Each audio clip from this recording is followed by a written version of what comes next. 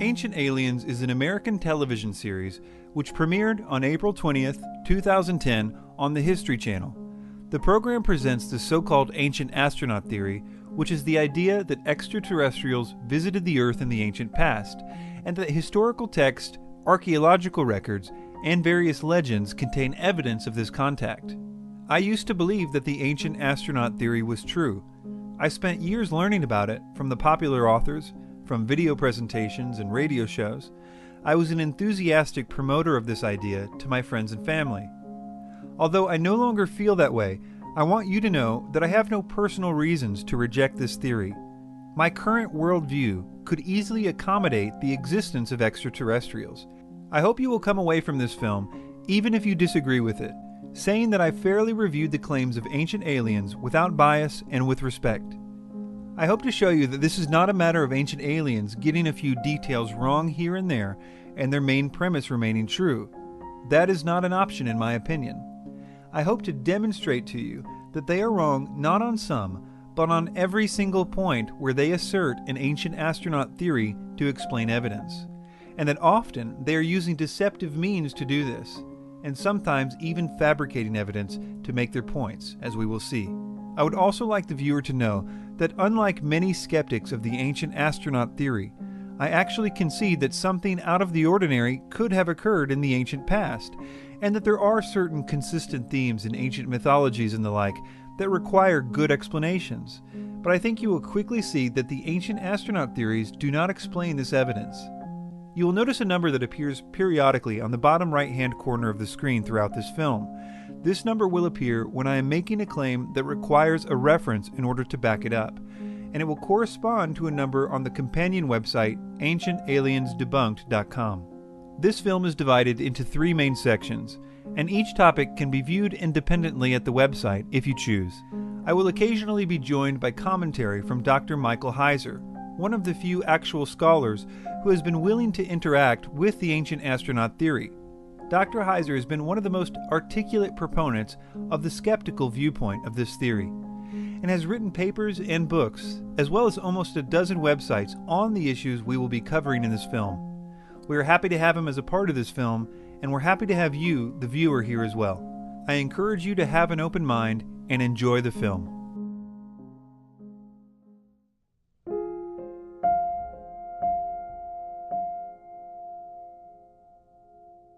Puma Punku is so unique in the way that it was constructed and shaped and positioned that it is the most intriguing ancient site on the planet. While the pyramids at Giza are incredible feat of achievement, compared to Puma Punku, the pyramids are child play. In my opinion, the most significant piece of evidence that we have in this entire ancient astronaut puzzle is Puma Punku in the highland of Bolivia. Well, if Puma Punku is considered such good evidence for the ancient astronaut theory, we should probably start off by looking at it.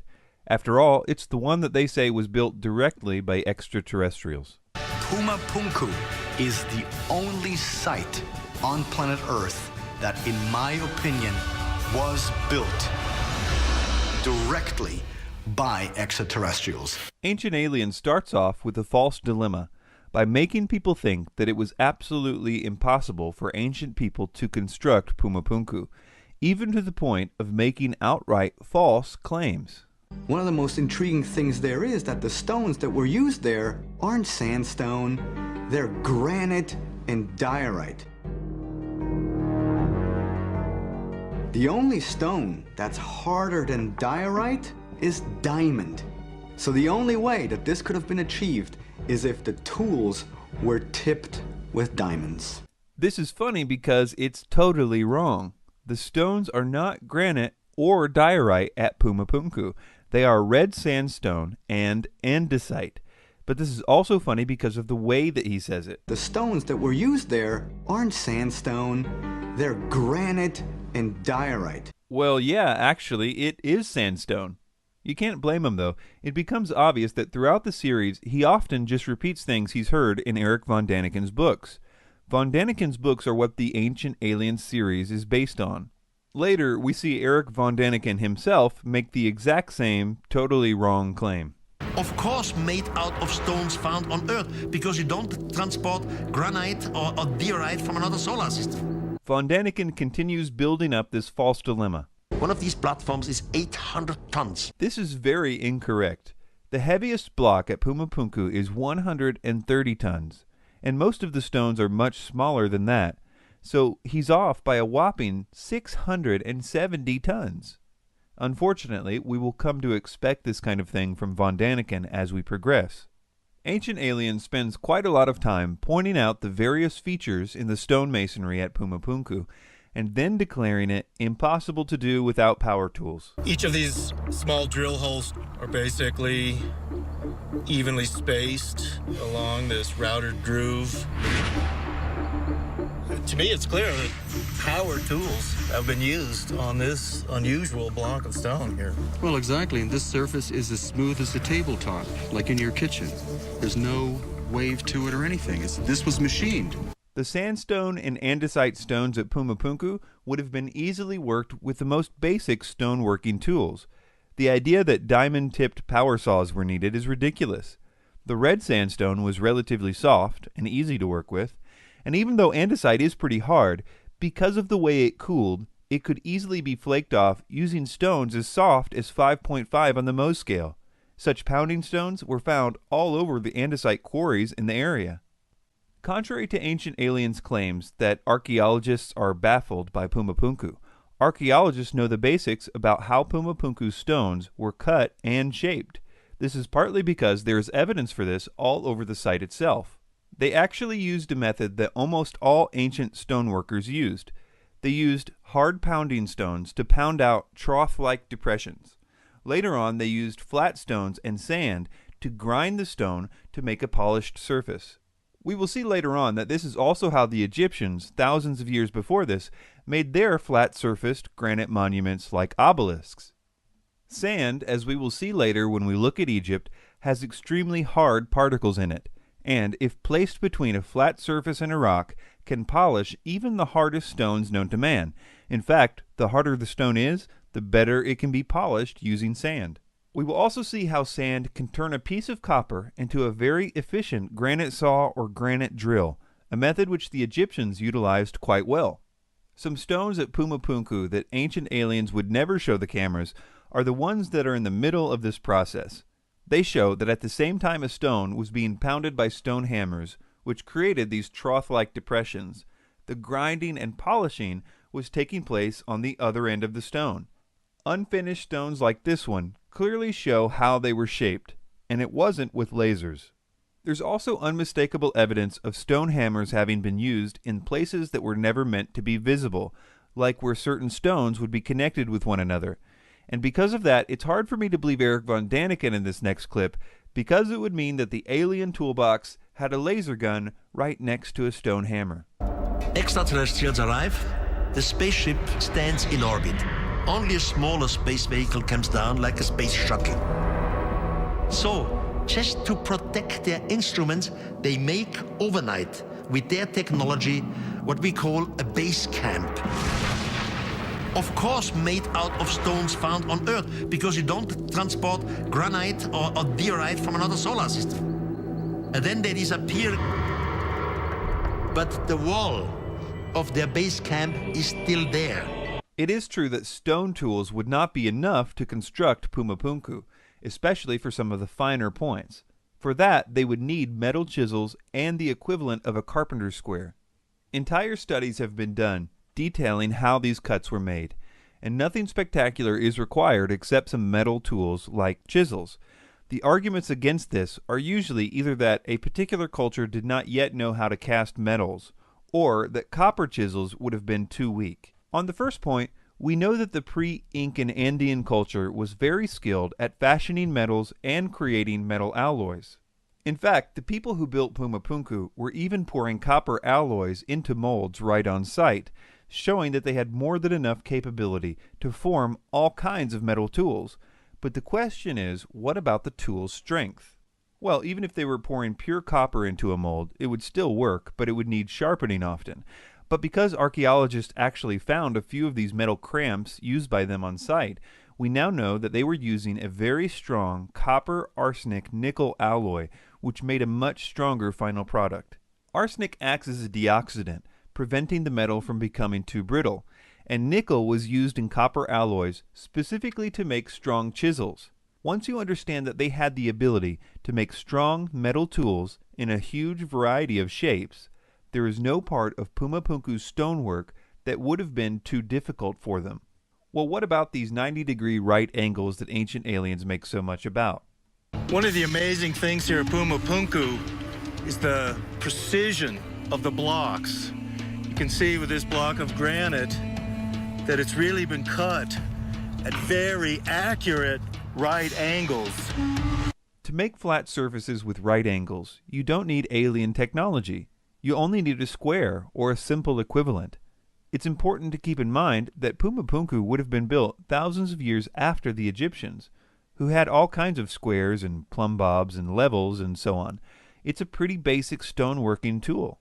That being said, despite what Ancient Aliens says, Puma Punku is not all perfect right angles. You can even see this, ironically enough, as the Ancient Aliens crew goes around with carpenter's squares. You can see that some of them are simply not square. Also, they make claims like all the H blocks are the same dimensions, which they say suggests that they were made by a big machine. But not only would that not be the only conclusion if it were true, it's not even true. The dimensions of the H blocks are not all the same, though they are close. It's probably the case that they were made using the same plans. Speaking of plans, mainstream archaeologists say that Puma Punku was built by the Aymara Indians. And we would all have to agree that in order to build something like Puma Punku, you need writing, you need planning, and you need some sort of a idea where which piece goes and how it ultimately all fits together.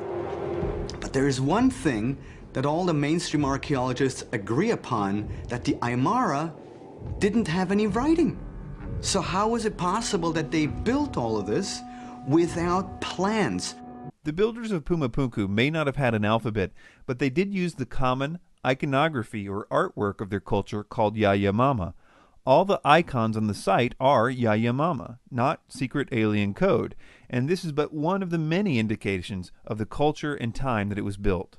But my point is that like many cultures, they used pictures instead of an alphabet, and most building plans are done through pictures, like blueprints for example. So saying that no alphabet means no planning is pretty ridiculous in my opinion. Well, what about moving the stones and lifting them into place? Surely that would have required levitation. How these massive blocks of granite were moved from their quarries and brought here to Puma Punku would have required some kind of super technology. Levitation and anti-gravity. Huge lifting vehicles. Something that ancient aliens would have had. If they did know how to levitate these stones, then they put far too much effort into creating places in the stones to attach ropes to. Many stones at Puma Punku have grooves several centimeters in width and depth on two adjacent faces for holding ropes. They even had special places cut into the stones that Puma Punku scholars call hoisting grips, all very strange things to do if they could simply levitate these blocks. And to make matters worse for the ancient astronaut theory here, according to archaeologist Jean-Pierre Pratzen, who is an expert on Puma Punku, there is almost no stone at the Puma Punku site that does not have what he calls drag marks on one of its faces, where it has been, well, dragged to the site. Ancient Aliens throws up another false dilemma here. What nobody talks about is the irrefutable fact that we are at an altitude of 12,800 feet, which means we are above the natural tree line. No trees ever grew in that area, meaning no trees were cut down in order to use wooden rollers. The wooden roller theory falls by the wayside.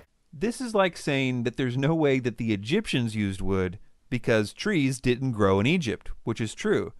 The difference is that while the Egyptians had to import wood from places like Lebanon, it would have been far easier for those at Puma Punku to solve this problem. All they would have had to do is simply walk down the hill a little bit.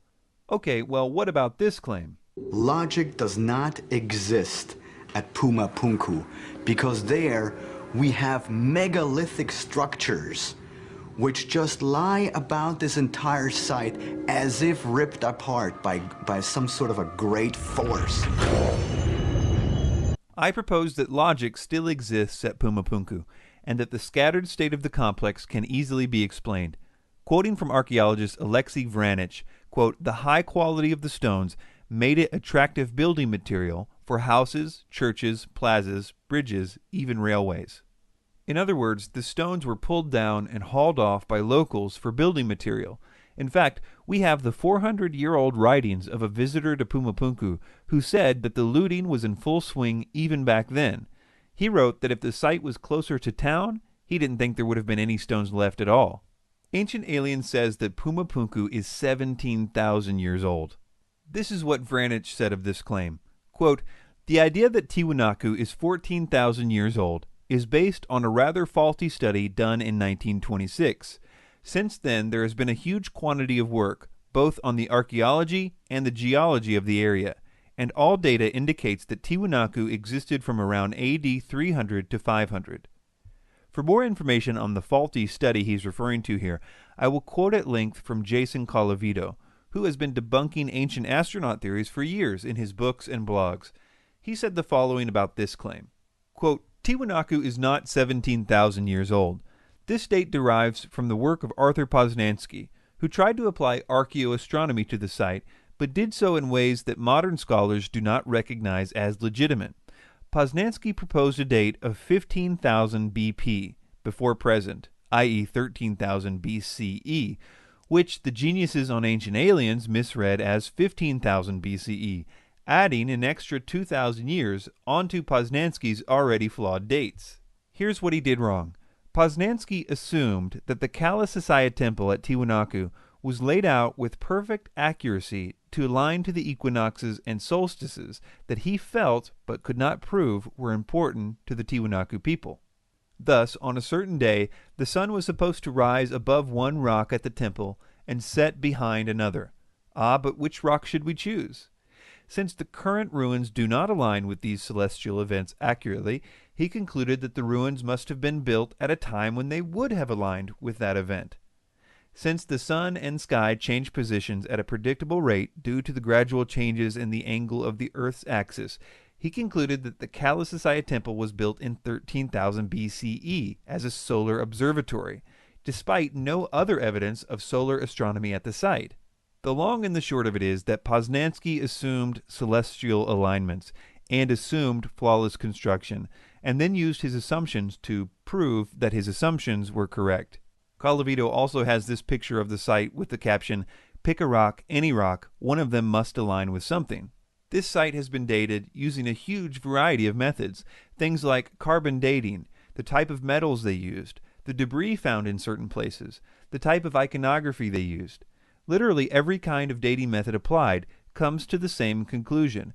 It was constructed in the early Middle Ages. Before we conclude this section on Puma Punku, there are two other claims I wanted to address. The Spanish conqueror asked the Inca, the people living there, including the king of the Inca, "What is this Puma Punku?" And they all said, "It's not us. It's not our forefather who make this. This were made by the gods in one single night."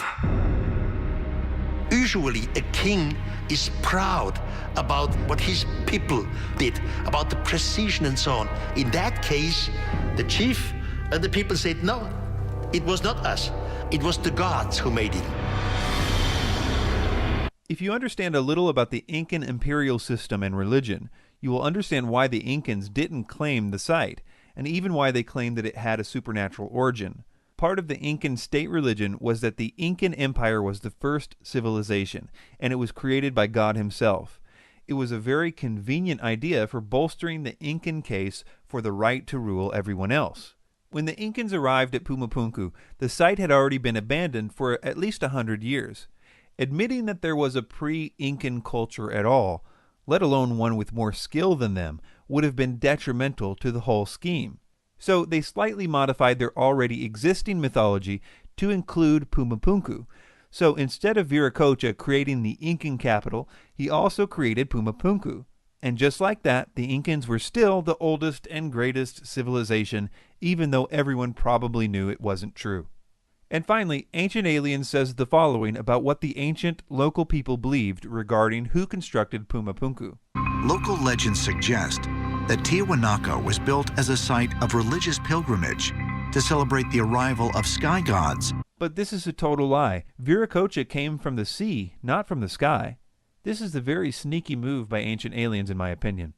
So, in conclusion, the stones are not made of granite and diorite. The stones were easily workable with the tools available to the Andean culture, tools which we know included high-quality metal alloyed chisels. These tools would have been more than sufficient to make the angles seen at Puma Punku.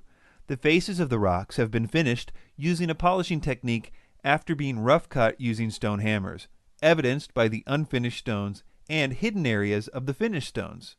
The moving of the stones was not as difficult as Ancient Aliens makes it seem, especially when you take into account that they are telling people that the stones weigh 600 tons more than they actually do. The stones have telltale drag marks and hoisting holes for ropes, all showing that they were not levitated as Ancient Aliens would have us believe. We know the culture which built this monument, and all the iconography and sculptures are consistent with that culture, and the various methods of dating that scientists use all point to the same time period. The idea that Puma Punku was from Atlantean times we now know is based on a very transparently flawed presupposition.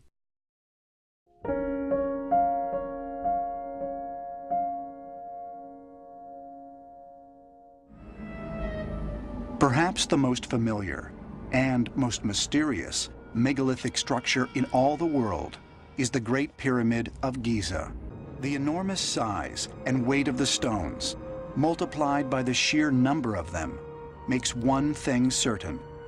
The construction of the Great Pyramid remains one of the greatest marvels and mysteries of architectural engineering. The pyramids at Giza are marvels of engineering, and there are many theories about how they were constructed, from the mundane to the fantastic. There are all kinds of theories on how the Great Pyramid of Giza was built. So many theories, you just sit back and shake your head. And that includes ET visitations, levitating the blocks with some kind of sound system. One place we can learn a lot about Egyptian stone cutting methods is from the so-called unfinished obelisk. Here we have a 1,000-ton obelisk made of granite, which was abandoned midway through the project because of a crack that developed. This stone, because it is unfinished, gives us direct insight into how they cut and shaped granite, as well as other stones. On the sides we can see how these stones were separated from the quarry. A team of workers would line up side by side and pound their sections with a diorite pounding stone. Such pounding stones can be found all over this and other quarries in Egypt. This pounding only broke off millimeters of granite at a time, but eventually these trough-like sections emerged at each worker's station. After that, they would do the same thing on the bottom of the block, until it was supported only by a thin spine in the middle. Then it would be snapped off using levers. The people who created the Moai statues at Easter Island used very similar methods for quarrying stone, as did many other groups around the world, as we will see. After the stones had been roughly shaped using pounding stones, they would then begin to polish them with grinders. There have been many types of stone grinders or polishers found in ancient Egypt. They usually had a handle with a flat surface, which they would use to rub against the stone with sand as the abrasive. They were, well, sanding the stone. The various mineral particles found in sand are hard enough not only to polish hard stones like granite, but also to do what Ancient Aliens tries to make people think is utterly impossible, that is, to cut granite. The Egyptians had a variety of ways to cut granite, mostly involving copper and sand.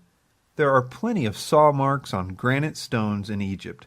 At the granite quarries, of course, as well as certain notable ones, like the famous granite sarcophagus in the Great Pyramid.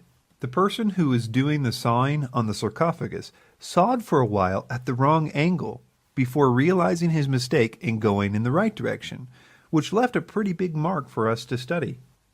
These copper saws came in 3 basic styles. One was a 2-person saw, like an old-time lumber saw. Another type was a small, handheld saw with a wooden handle. And finally, there was a tubular saw for making holes in granite and other stones. These saws are depicted in several Egyptian reliefs. Interestingly, they didn't require saw teeth to work. They only required sand to be placed between the saw and the stones. The sand was what did the cutting. This particular method of stone cutting has been tested by ancient Egyptian tool experts, and not only was it done, but it was apparently quite easy to do. However, sawing granite with copper was expensive, because the copper would wear out somewhat quickly. Therefore, you mostly see granite in ancient Egypt being worked with pounding stones, finished with grinders and chisels. The saw work was reserved primarily for royal projects, like that of the sarcophagus. All of this really makes Ancient Aliens lose credibility, because all throughout the series, they make it sound like working with granite was only possible using diamond-tipped alien power tools. But as all this relates to the Great Pyramid's construction, it's important to remember that almost none of the pyramid is made from granite, except for a few things like the roof supports for the king's chamber. Most of the stone was sandstone and limestone. About 85% of the stone used in the construction of the pyramids was relatively soft sandstone, which was quarried right on site. That's right, the Great Pyramid was built right in the middle of a massive sandstone quarry, which was no doubt at least one factor in choosing the location to build it. The other 15% of the stones, like that of limestone and granite, would have to be brought in from a slightly further away location. So this raises another question. What about moving these stones? Surely the only way is by levitation, as Ancient Aliens claims. In order to really move massive amounts of stone like that, they would have had to have been levitated, somehow made weightless, and then just moved through the air by some kind of device, perhaps even a handheld kind of device, like some beam weapon. If levitation was the way that the ancient Egyptians moved stones, they had a funny way of showing it, because there are plenty of depictions of them using wooden sleds to move everything from blocks the size and shape of the ones used for the pyramid to massive 1,000-ton monuments and obelisks, all using wooden sleds. They even had a hieroglyph for the word sled, which they used often. In fact, 3 such sleds have been found intact by archaeologists, and they have all kinds of places to attach ropes to. Speaking of ropes, ropes made out of papyrus and other materials have been found in Egypt, some of them with a massive circumference, suggesting that they were used for extremely heavy objects. Boats were used for stones that needed to be imported. In fact, a channel was dug from the Nile to the construction site, so no stone had to be dragged very far anyway. So, what about the construction of the pyramids? How exactly was it done? Part of the reason that the Ancient Aliens perspective is attractive is because some of the other popular theories concerning the pyramid's construction have serious problems, such as the single ramp theory, which would have had to extend out more than a mile and would have had to have more stones in it than the pyramid itself. Another one is the spiral ramp theory. This one is problematic because some of the ledges only had about 2 feet or less to work with, certainly not enough to hold a ledge that would carry workers and stones the size of the ones used. Also, a structure like the pyramid would have had to have been constantly monitored for geometric accuracy as it progressed upwards, because being even a few inches off on a lower level could cause the top to be off by a huge amount, and a spiral ramp would have made it impossible to survey the geometric accuracy of the pyramid as it progressed. Add to this that there's no actual evidence for either of those theories, and you can see why people are looking for alternatives. While doing research for this documentary, I came across a new theory about the pyramid's construction that I had not heard before. At first I planned to mention it only briefly, but the more I heard of this theory, the more convinced I became of its validity. It was proposed not by an Egyptologist, but by an eccentric French architect named Jean-Pierre Houdin. And if Jean-Pierre is correct, knowing how the blocks were raised in the pyramid also happens to explain some of the other mysteries, like the purpose for the odd-shaped Grand Gallery, as well as the purpose of the granite blocks above the king's chamber, and why there were 3 burial chambers cut at different levels in the pyramid, 2 of which were unused. I will very briefly explain this theory, but I highly encourage you to visit the links at the website on your screen, because the specifics of this theory are something that any pyramid enthusiast should be very familiar with, in my opinion. The basic idea is that there was an internal ramp in the Great Pyramid, and workers dragged the blocks through it until they reached the corners, at which point the block was repositioned for another team to pull it up the next ramp.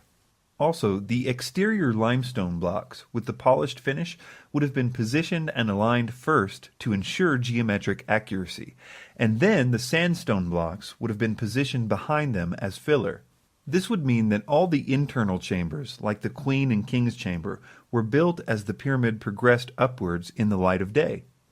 This internal ramp theory, unlike some of the others, is actually supported by quite a lot of physical evidence. For example, in the 1980s, a French team, looking for hidden chambers, conducted a full-scale gravimetric survey of the Great Pyramid, kind of like a giant X-ray map of the entire pyramid.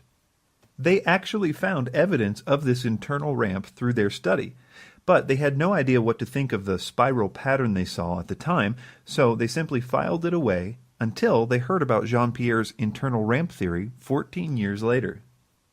In addition, there is this notch high up on the Great Pyramid, which, according to Jean-Pierre, rests exactly on the 7% grade where you would expect to find the internal ramp, and would be at the exact place where the workers would have lifted the blocks and changed the direction for the pullers.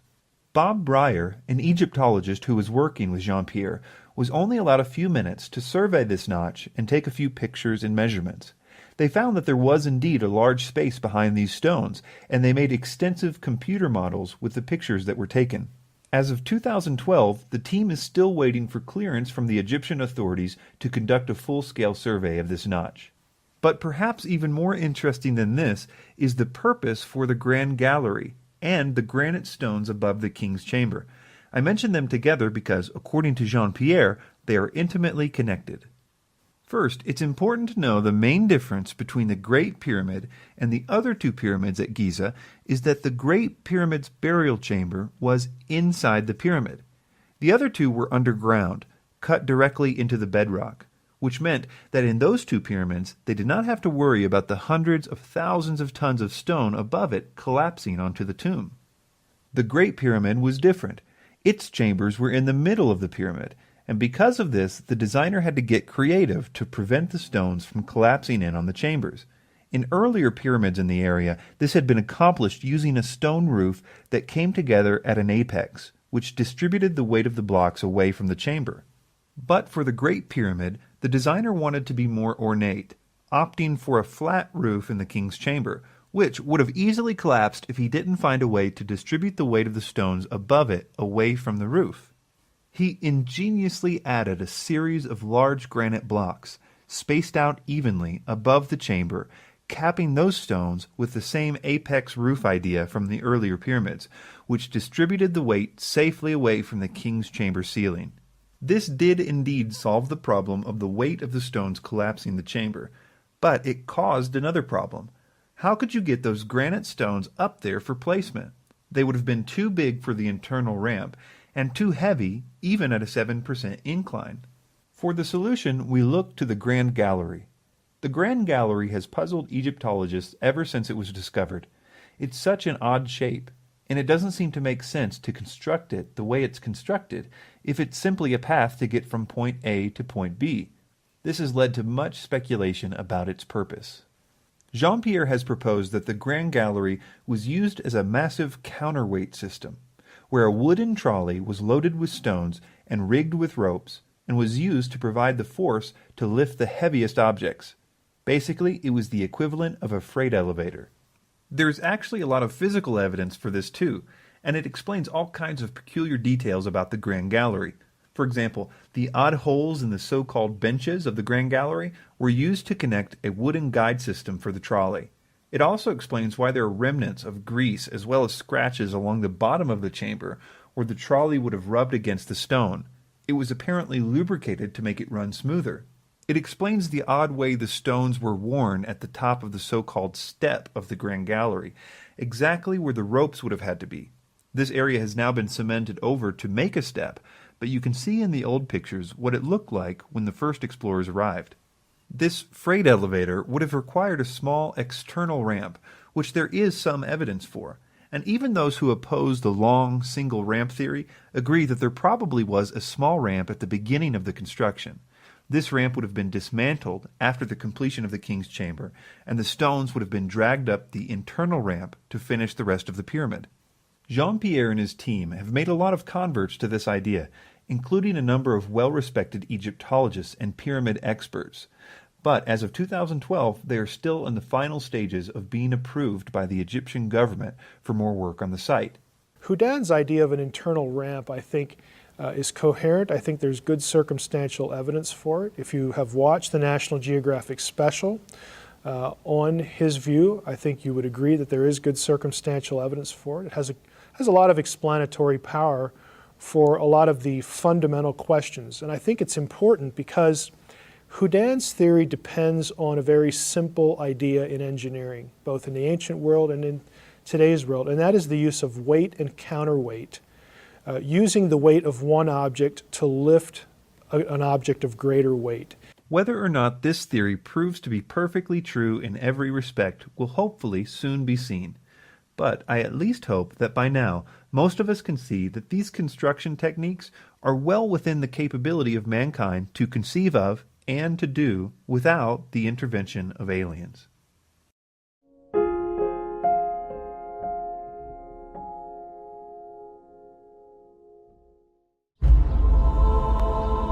Eastern Lebanon, the Pacal Valley.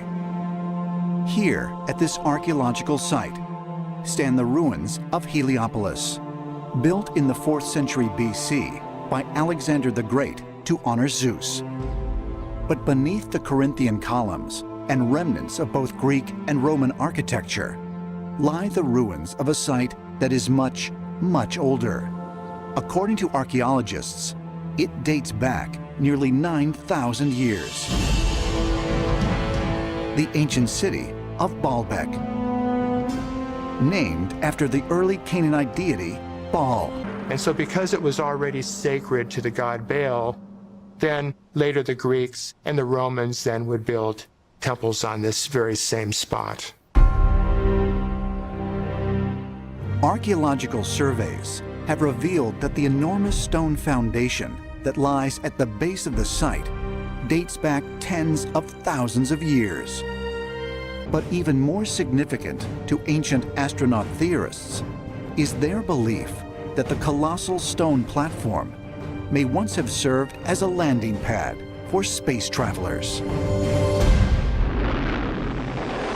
The idea that ancient aliens will try to convey is that underneath the Roman ruins lies a very old platform that was once used to launch spacecraft. As we watch the next clip, listen for the first thing they cite as evidence for this claim. But what was originally there before the Roman temple was this spaceport platform that was apparently used for extraterrestrials coming and going on planet Earth. As evidence, researchers point to the gigantic megalithic stones incorporated into the foundation, each weighing between 800 to 1,200 tons, and perfectly fitted together. These three stones they're referring to are called the trilithons, and the heaviest of the three is 800 tons, not 1,200 tons as they say. There are two other stones that are heavier than this around the area, but they are unused, still connected to the bedrock in the quarries, and thus are obviously not part of the trilithons. The way the information is presented about these three stones leads the viewer to believe that they are part of the foundation or platform of the Baalbek site, What they want the viewer to think is that spacecraft lifted off and landed on the stones of this platform. They also claim that these 3 stones cannot be of Roman construction, as the mainstream archaeologists believe, but they say that they were part of the earliest structure at the Baalbek site, and that the Greeks and Romans only built on top of this ancient foundation. And it is true that there was a very old pre-Roman temple at this site, but we will learn more about that later. Our focus at the moment is the Trilithon stones. Ancient Aliens says that these 3 stones are the real mystery of Baalbek. This is the real mystery of Baalbek, how these stones came to be there, why they were placed there, and specifically how they were transported into place, because some of the stones are of such magnitude that modern machinery is incapable of putting them there, but somehow our ancestors were able to do this. To solve this mystery, we need to first understand that these 3 stones do not form the foundation of Baalbek, as is so often suggested. The Trilithon stones lay end to end, or long ways, and are part of the narrow wall on the western end of the complex. They are most certainly not the foundation, nor do they constitute a platform, and it would be very awkward for a spaceship to land on top of them, considering the space on top is so narrow. Ancient Aliens tries to make it seem like no one knows the purpose for these stones, or why they had to be so heavy. But if the moving, hoisting, and setting of such massive stones was so incredibly difficult, then who, or what, placed them there?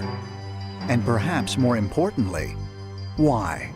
The truth is that the purpose for this wall is very well known by archaeologists. It was a retaining wall.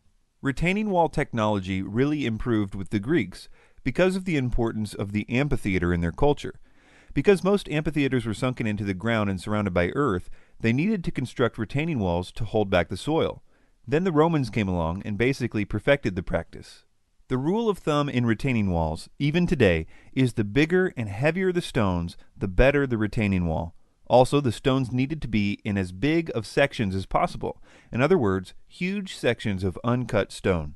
It's no coincidence that some of the biggest single stones in the ancient world, besides Baalbek, are also used in retaining walls, and by the Romans as well, as we will see.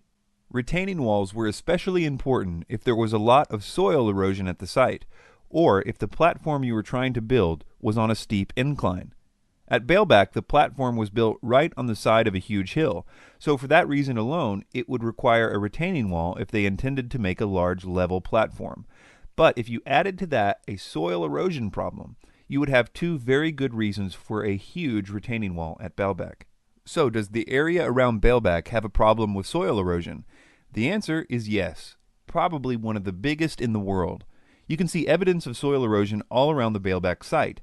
The soil from the top of the hill has been sliding down the hill into the valley below for hundreds of years. One of the leading causes of soil erosion is deforestation. If an area that once had trees has been completely cleared of those trees, the rain no longer will have anything to slow down its velocity. Normally, the rain hits tree branches and the thick foliage that accumulates on the forest floor over time. Also, the soil is kept in check by the root systems of the trees, which hold the soil in place. Lebanon has a picture of a cedar tree on its flag. Their trees have been a symbol of pride for literally millennia, the so-called cedars of Lebanon. But the forests have disappeared long ago, as they were one of the only sites for timber in the ancient Near East, and it was massively deforested in ancient times. In fact, the soil shifting is just as bad today in the Pacal Valley.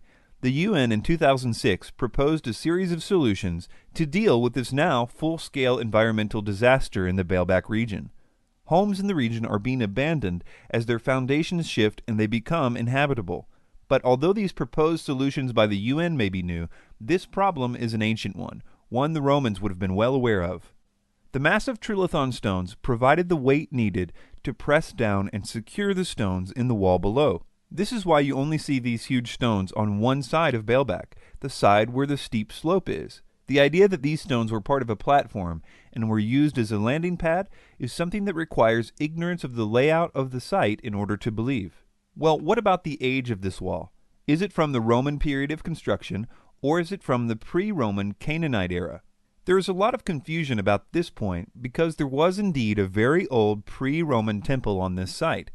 The pre-Roman Canaanite temple was a pretty standard platform and altar, much like other sites built by the Canaanites, which were referred to in the Old Testament as high places. The original site was probably chosen by the Canaanites because it was indeed on a hill, as any good high place should be, but also because it was less than half a mile from the perfect stone quarry. The early versions of this temple, however, did not have a retaining wall.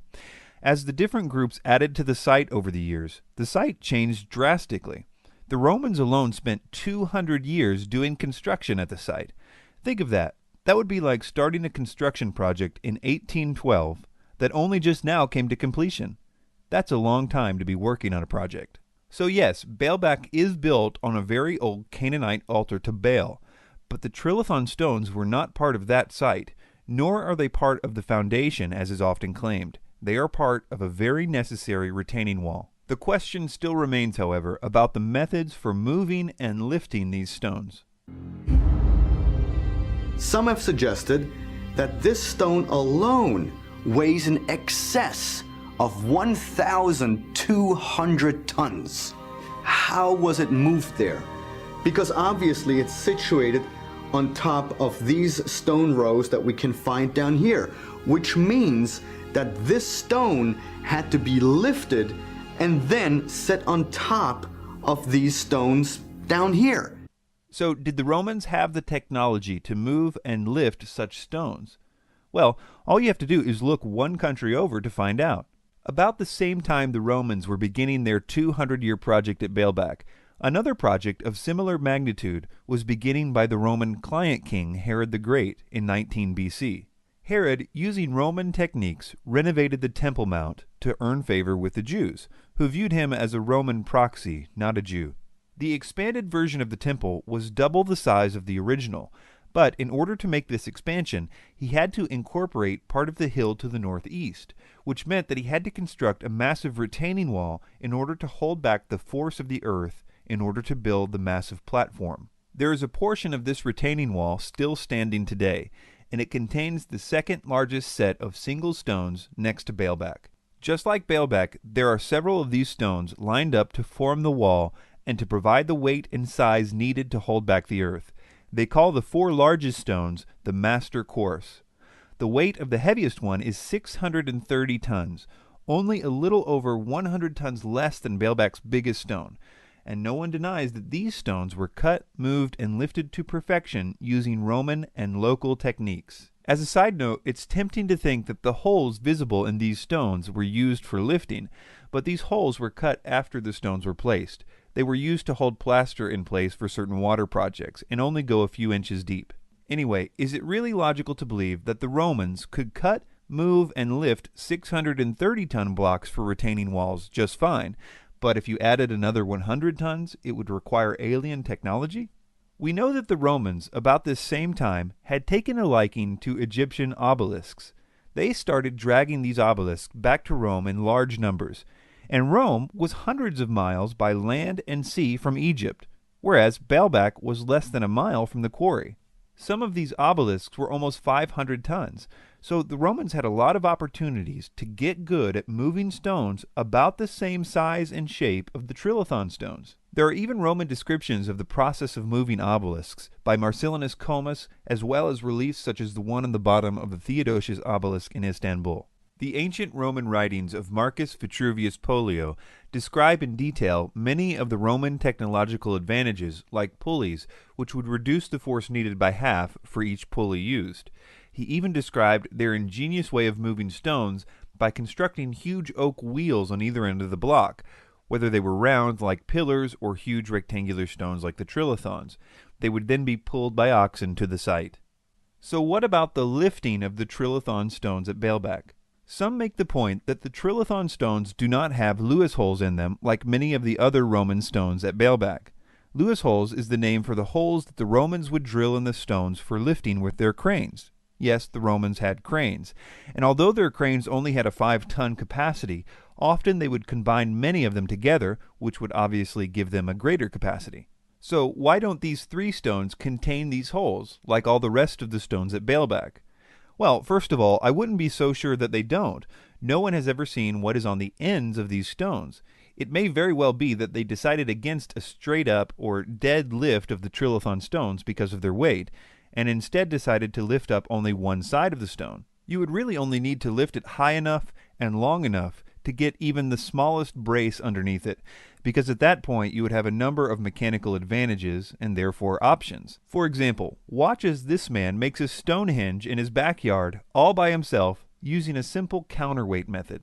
I've tried to do this without any mechanical machinery at all. I've used mostly sticks and stones for my equipment. No pulleys, no hoist, no metal levers.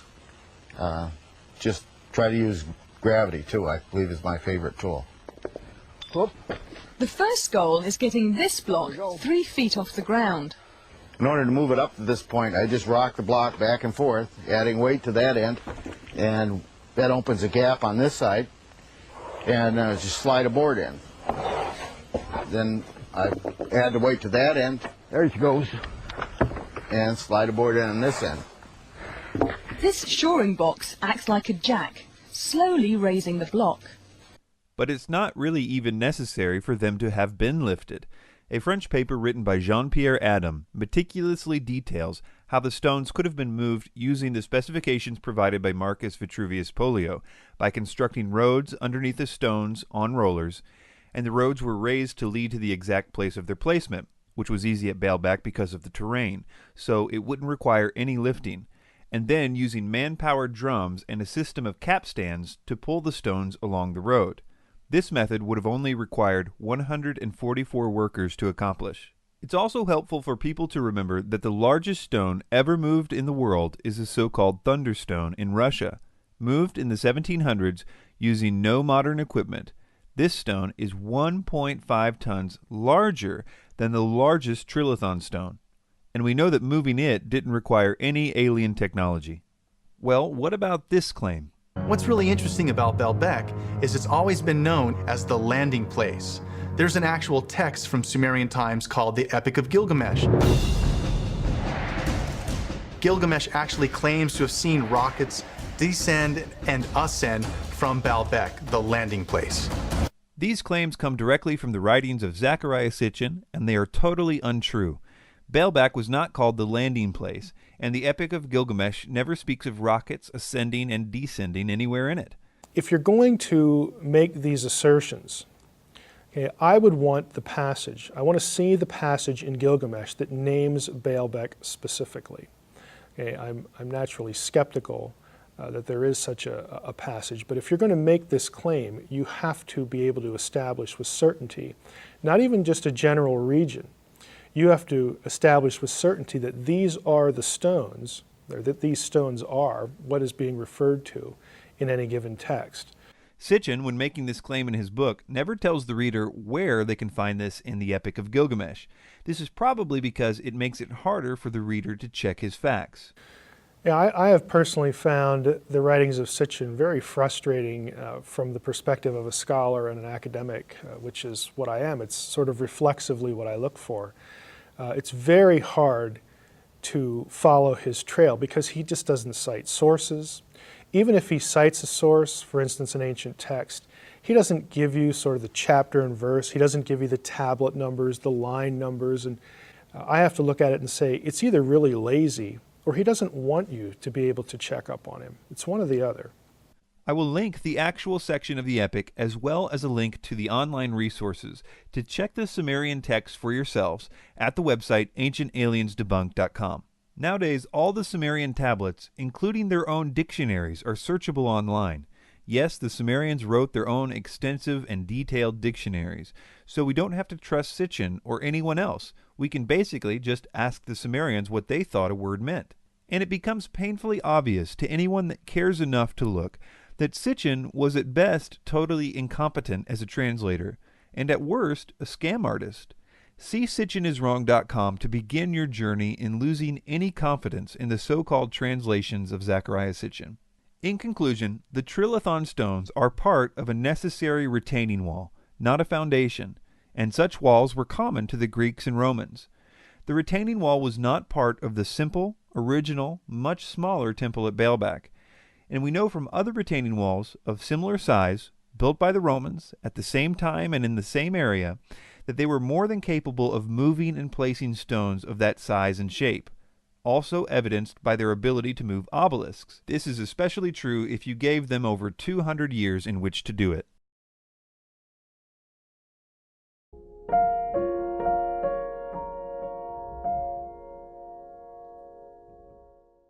We will look at Incan megalithic sites like Machu Picchu all in one segment, because Incan stonemasonry was all done more or less the same way.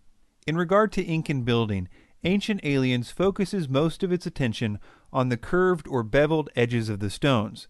They say that it looks like the edges of these stones were melted. Notice as we listen to them build the case for this, that the reason they believe this is true is based entirely on the way the stones look. There are signs in many of these stones that show very large amounts of thermal heat have been applied to mold the stones in such a way that they fit perfectly. And so it really does raise a lot of questions. If you look at the style the Sacsayhuaman wall was built, the blocks look as if they've been molded like putty.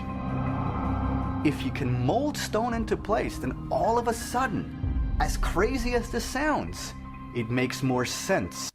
Now, melting granite or any other stone and reshaping it would leave unmistakable evidence in and on the stones themselves. In other words, if the rocks were melted, it would be easily provable.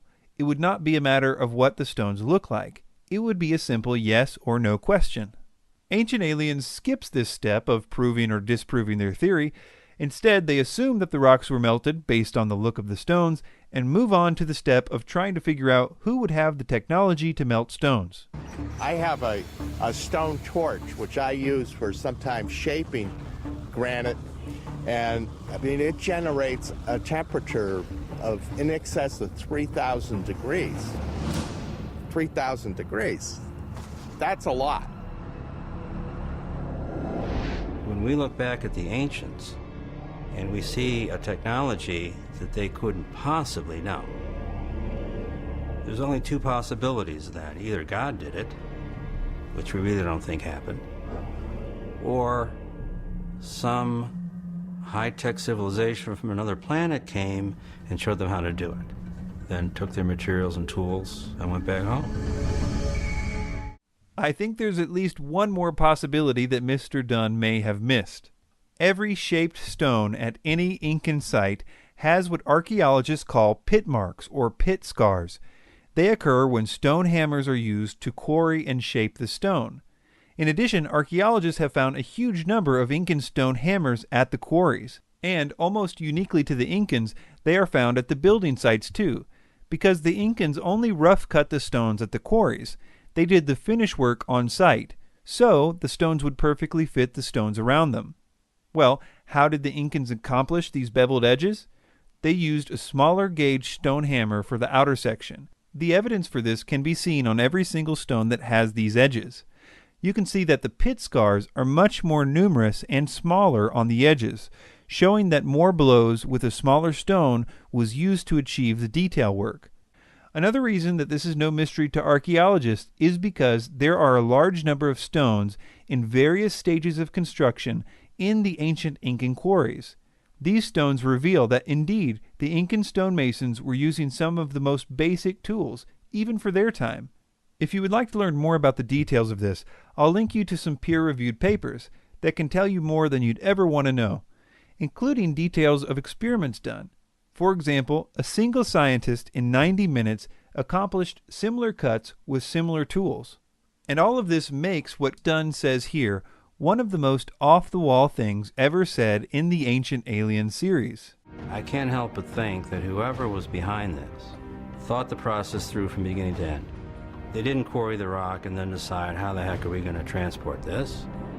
They knew from beginning to end what needed to be done with whatever techniques and technology they were going to use.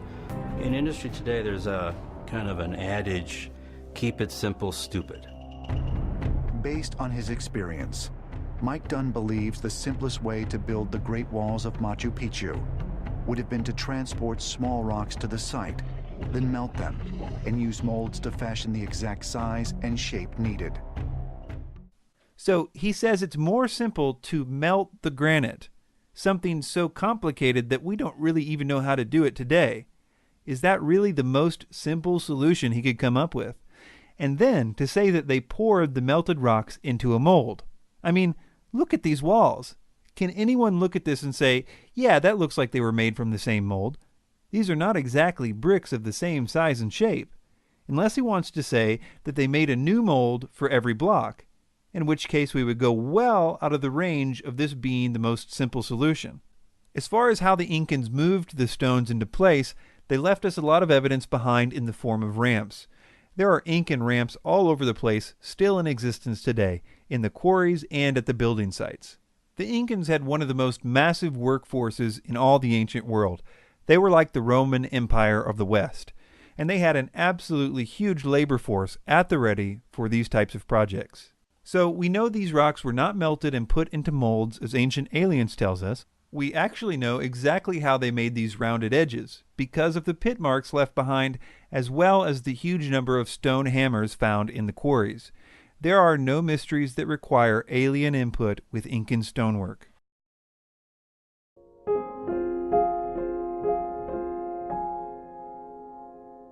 Many people are familiar with these images of stone heads, called moai by the locals. Ancient Aliens tells us that nothing is really known about them. How in the heck did they make these? Where did they come from? And how did they move them? Nobody has the answer. This isn't true at all. For instance, we know exactly how they were cut and shaped, because the construction of the moai was abandoned abruptly. So there are plenty of examples of moai in various stages of development. Also, the stone tools that they used to pound out the relatively soft volcanic rock were found all over the quarries. Here's a clip of one of the locals explaining to his grandson how the moai were built. He thinks that 20 people carved this moai over a period of time of 5 to 6 years to this stage. This is our sections of people who were, given as your assignment. This is your section. You can carve, and you can see different, ways of doing it, and you can clearly see the talking marks and how the people were carving and going in and make these deep cuts in the rock like this, that. The channels reached around and eventually formed a boat-like keel until the statue could be snapped off and fully extracted. Ancient Aliens spends most of its time here discussing the moving of the moai, and it's interesting the angle that they take, because it seems that they are aware that there have been many successful experiments moving moai with wooden sleds and minimal workers. So Ancient Aliens has to do what they do best, create a false dilemma. But there is a unique problem with the idea of moving moai with sleds or rollers. When you go to Easter Island, you don't get the impression they had enough wood to have rollers. And in fact, in the 1700s, the first 4 expeditions to Easter Island never really saw a tree. And so that's the real mystery of Easter Island. How can you move a multi-ton statue if you have no trees for rollers? So they say there are currently no trees on Easter Island. Therefore, they assume there were never any trees on Easter Island, and therefore, well, aliens. The problem with this is that there used to be a lot of trees on Easter Island, which we now know because of extensive pollen samples taken from the crater lakes as well as other methods. In fact, the very reason there are no trees on Easter Island now is probably because they used all of them while moving and lifting over 1,000 moais over hundreds of years. In other words, they used all the trees. One interesting thing about Easter Island is regarding soil erosion. If you take a land that once had a lot of trees and cut them all down, then you will have a massive soil erosion problem. This is because there would be no more root systems to hold the soil in place. Also, the rains no longer have anything to stop their velocity. The soil erosion at Easter Island is so notorious that if you type soil erosion into a search engine, you will see that the Wikipedia page has a picture of Easter Island. Some of the moai actually have full bodies, they're not just heads, but because of soil erosion, even in a very short time, they have been covered up to their necks in soil. This is a direct result of the land being completely deforested. So we know for sure how these moai were cut and shaped, that is, with simple tools which are found all over the quarries. And we know that if they had trees on Easter Island, then there are no problems with moving them and prying them into place. And Easter Island used to have a lot of trees before their fascination with creating moai exhausted their supply.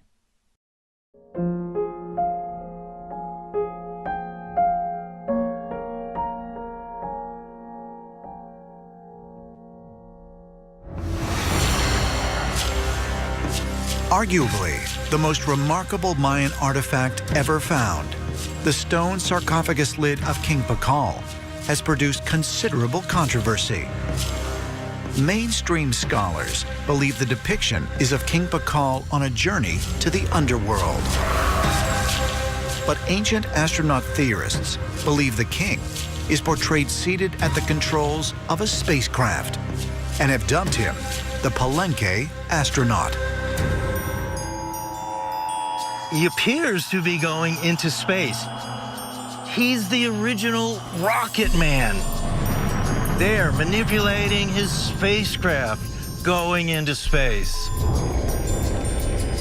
We have maintained for a very long time that the depiction here is of King Pacal sitting in some type of a spacecraft, because he is at an angle like modern-day astronauts upon liftoff.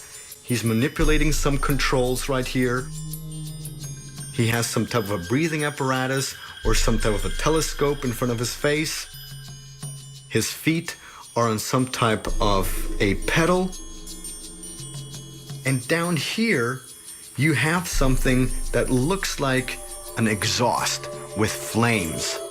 The sarcophagus lid of Pacal has been a centerpiece for the ancient astronaut theories since the beginning. Erich von Däniken believes this to be one of his best pieces of evidence. And you see his upper hand, he's manipulating some controls. From the lower hand, he's turning something on. The heel of his left foot is on a kind of pedal. And outside of the capsule, you see a linking flame. This is incredible. This is absolutely a proof for extraterrestrials. The theory rests on the idea that the Mayans were not depicting their usual symbols here, but were trying to realistically depict a rocket with Pacal as its pilot. I think the best thing I can do for you here is to clearly explain what the Mayanists and other scientists who specialize in Mayan culture and artwork believe this scene is depicting. As Ancient Aliens said, archaeologists believe this scene is depicting the moment of Pacal's death and his descent into the underworld. Let me show you why they believe that. The most famous symbol in this picture is that of the World Tree, which, if you believe Ancient Aliens, would make up the entire hull of the rocket. It's hard to overemphasize the importance of the World Tree in Mayan mythology. The idea was that the World Tree extended into the heavens with its branches, and its roots extended into the underworld, so it was a symbol of the bridge between the underworld, heaven, and earth. When it is depicted, it almost always has the double-headed vision serpent on its branches, just like it is depicted here on Pacal's lid. The vision serpent was believed to live at the center of the world. Thus, it is depicted just above the underworld and just below the heavens. In its top branches is the celestial bird, which is seen a little more clearly in other World Tree depictions like this one, but on Pacal's lid you can see it's clearly depicting the same bird.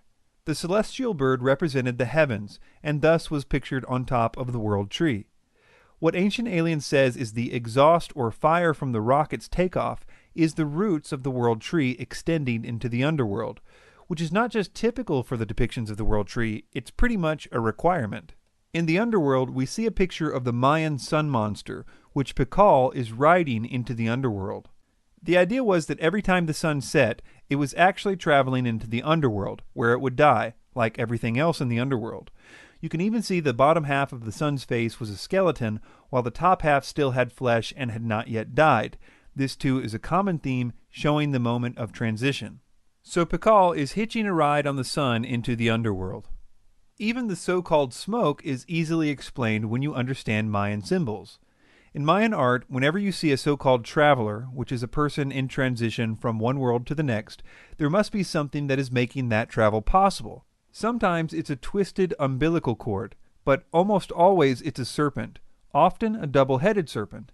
In other words, being in the mouths of double-headed serpents was a symbol of transition from one world to the next. You can see that the so-called smoke is actually the traditional serpent's beard, which appears on almost every depiction of a serpent in Mayan art. Now that you have an idea about what the scholars believe about this, let's look at some of Ancient Aliens' specific claims. He's manipulating some controls right here. They say his hands are manipulating some controls, but if you look closely, his right hand isn't touching anything at all, and the thing to its right is not connected to the tree any more than any of the other floating design elements in the picture. His left hand could be said to be manipulating controls more than his right, but you would have to say that all these marks on the tree are controls too, which in reality is probably the bark of the world tree, which was modeled after the ceiba tree, which had a very unique bark and thus was usually depicted in some way or another in world tree art. The odd position of Pacal's hands in this image is really what all the fuss is about. In the 1970s video refutation of the ancient astronaut theories, the Mayan expert in that film made the point that the hands in Mayan art are often depicted in delicate positions. The Maya like to show hands in rather delicate gestures. Such gestures are common in Mayan art. There are similar examples on the side of the slab. As far as the claim about his foot being on a type of pedal, I would have to say that if that is how aliens design pedals, then we are far more advanced in pedal technology than they are, because that may be the worst angle to put any kind of foot pedal. Plus, there are other reliefs of Mayans in the underworld on similar slabs with their feet in similar positions, but without the rocket. Well, what about this so-called breathing tube for his nose? Well, it doesn't connect to anything, and if you look closely, the thing it could potentially connect to is also represented on the other side of the lid, and is clearly a stylistic element of the vision serpent. What it actually is a nose piercing, particularly a bone. Here, an earring suspended from a pierced ear, a nose plug, which has the elements of death because it takes the form of a fleshless bone. Finally, consider the context that we find this image. It's on a coffin lid, so the mainstream view is perfectly in line with that, and the whole concept was common in Mayan burials. It would have been a strange thing for them to all of a sudden abandon their usual symbolic artwork to depict a rocket on a coffin lid. The fact is that the symbols on the sarcophagus lid are really consistently used. Often the symbols are even explained in the extensive Mayan writings. These symbols fit perfectly with what we know about their beliefs about the world and the afterlife.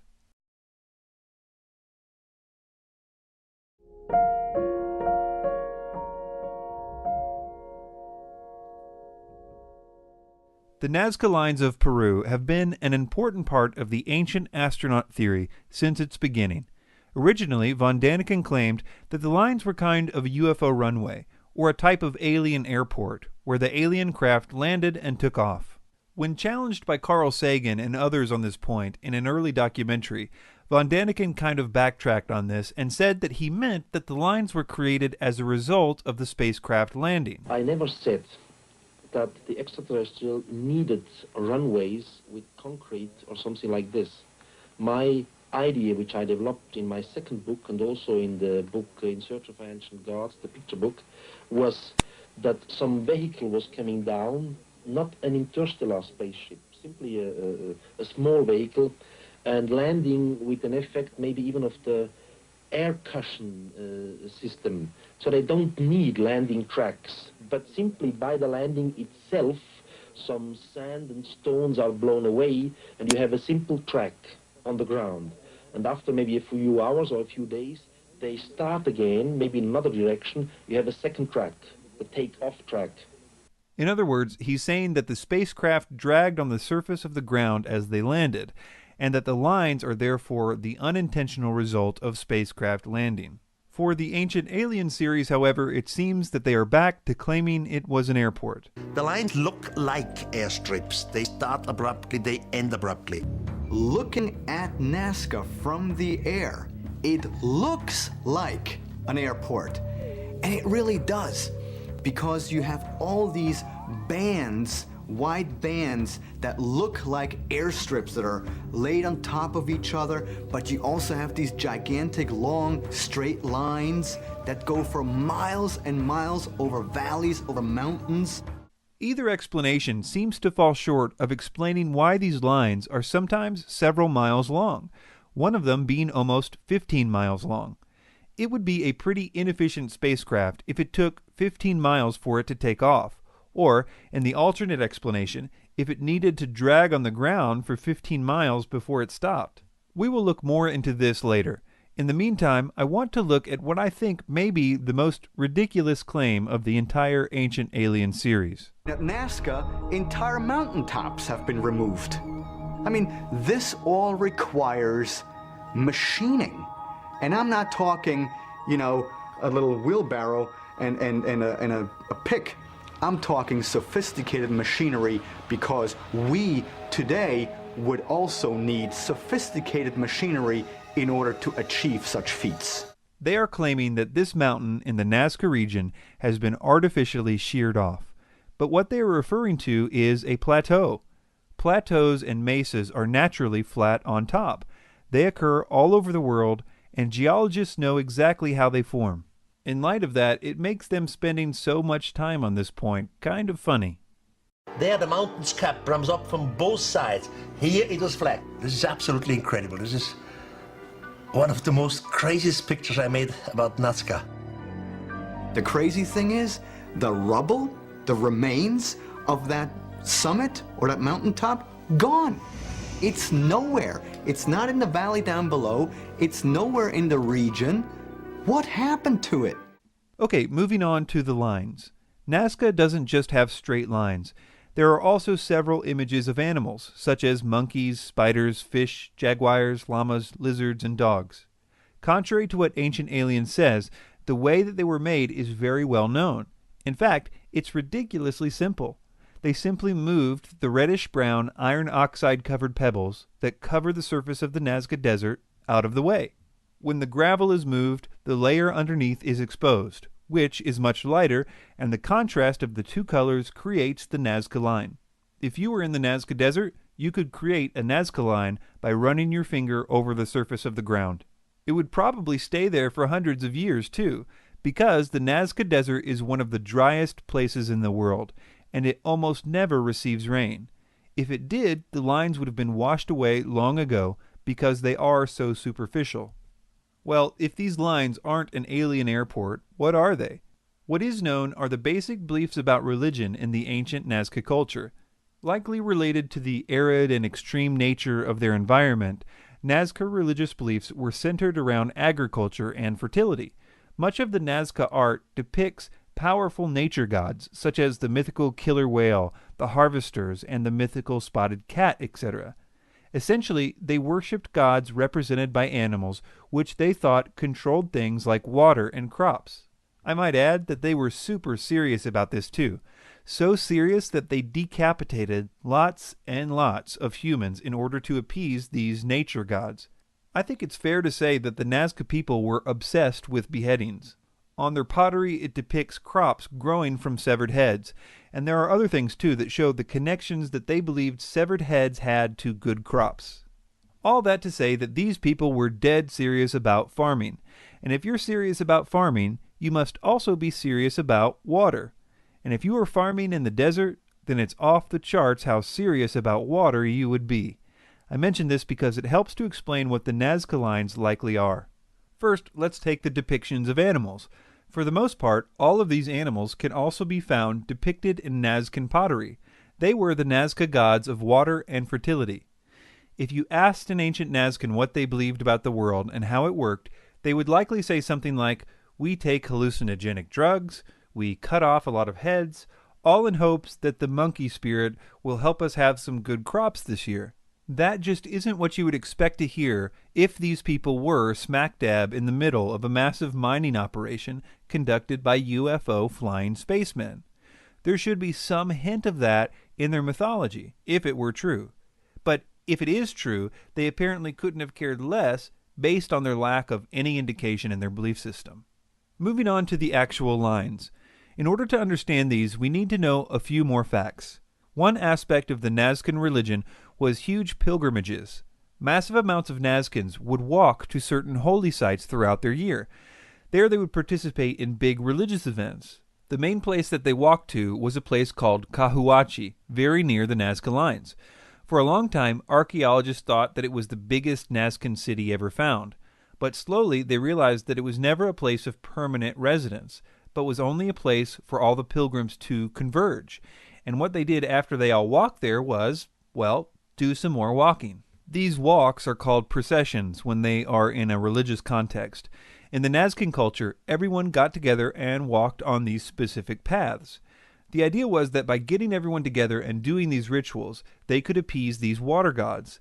And even when the straight lines were not directly above underground water reservoirs, they were leading to mountains and other sites which were associated with the water gods, where the people would then worship those gods. So, in conclusion, the mountains weren't shaved off. The idea that it was an airport makes no logical sense, and the symbols and rituals which were a huge part of the Nazcan culture more than explain the so-called Nazca Lines.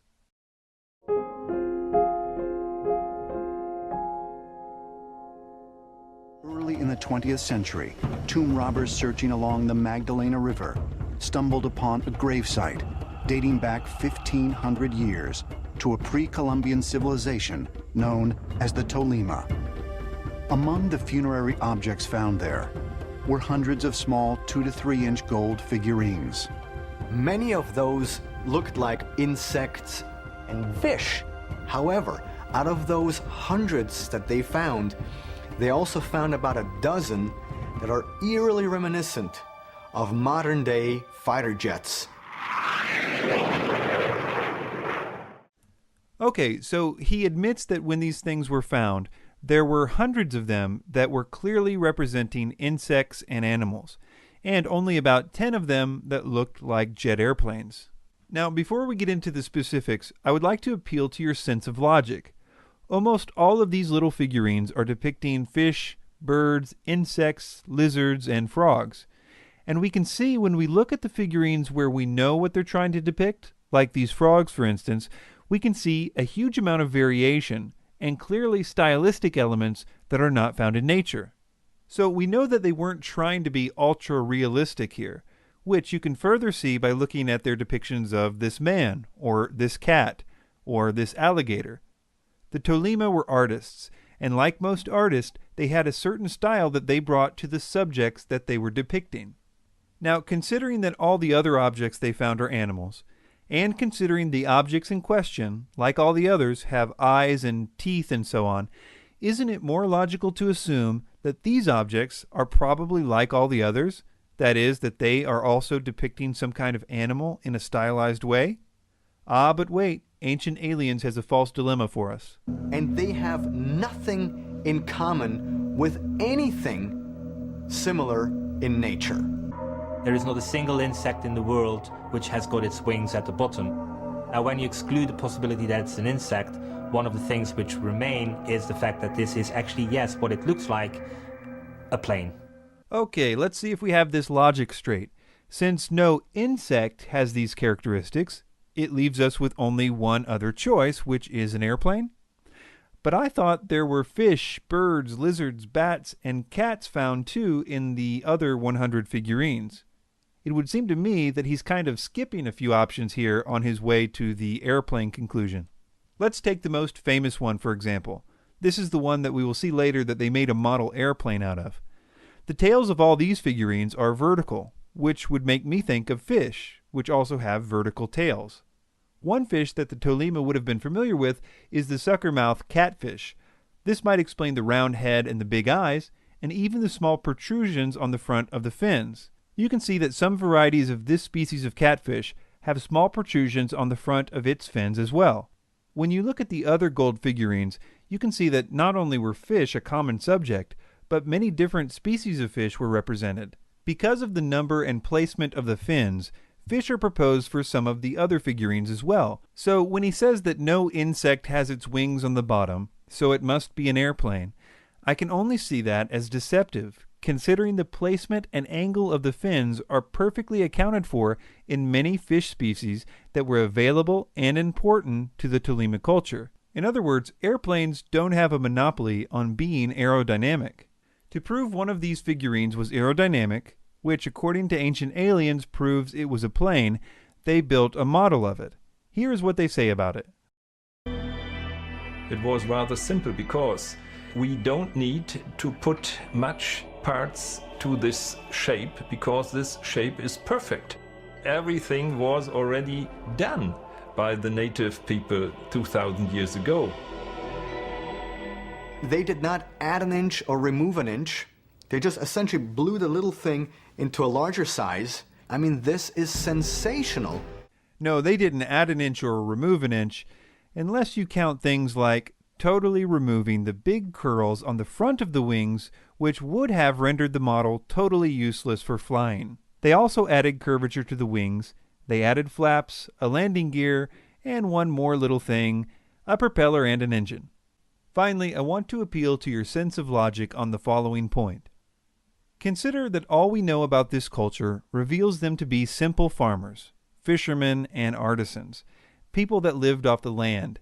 And considering that there is nothing in the extensive amount of archaeological material from this culture that would suggest knowledge about planes landing and taking off all the time, is it logical to assume that aliens landing and taking off in their backyards made so little impression on them that they only devote 10 of the hundreds of figurines to it and only in one tomb?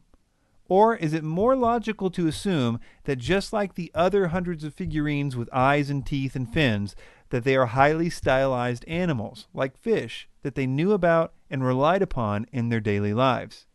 I think even a die-hard ancient astronaut theorist would have to admit that logic is not on their side on this one.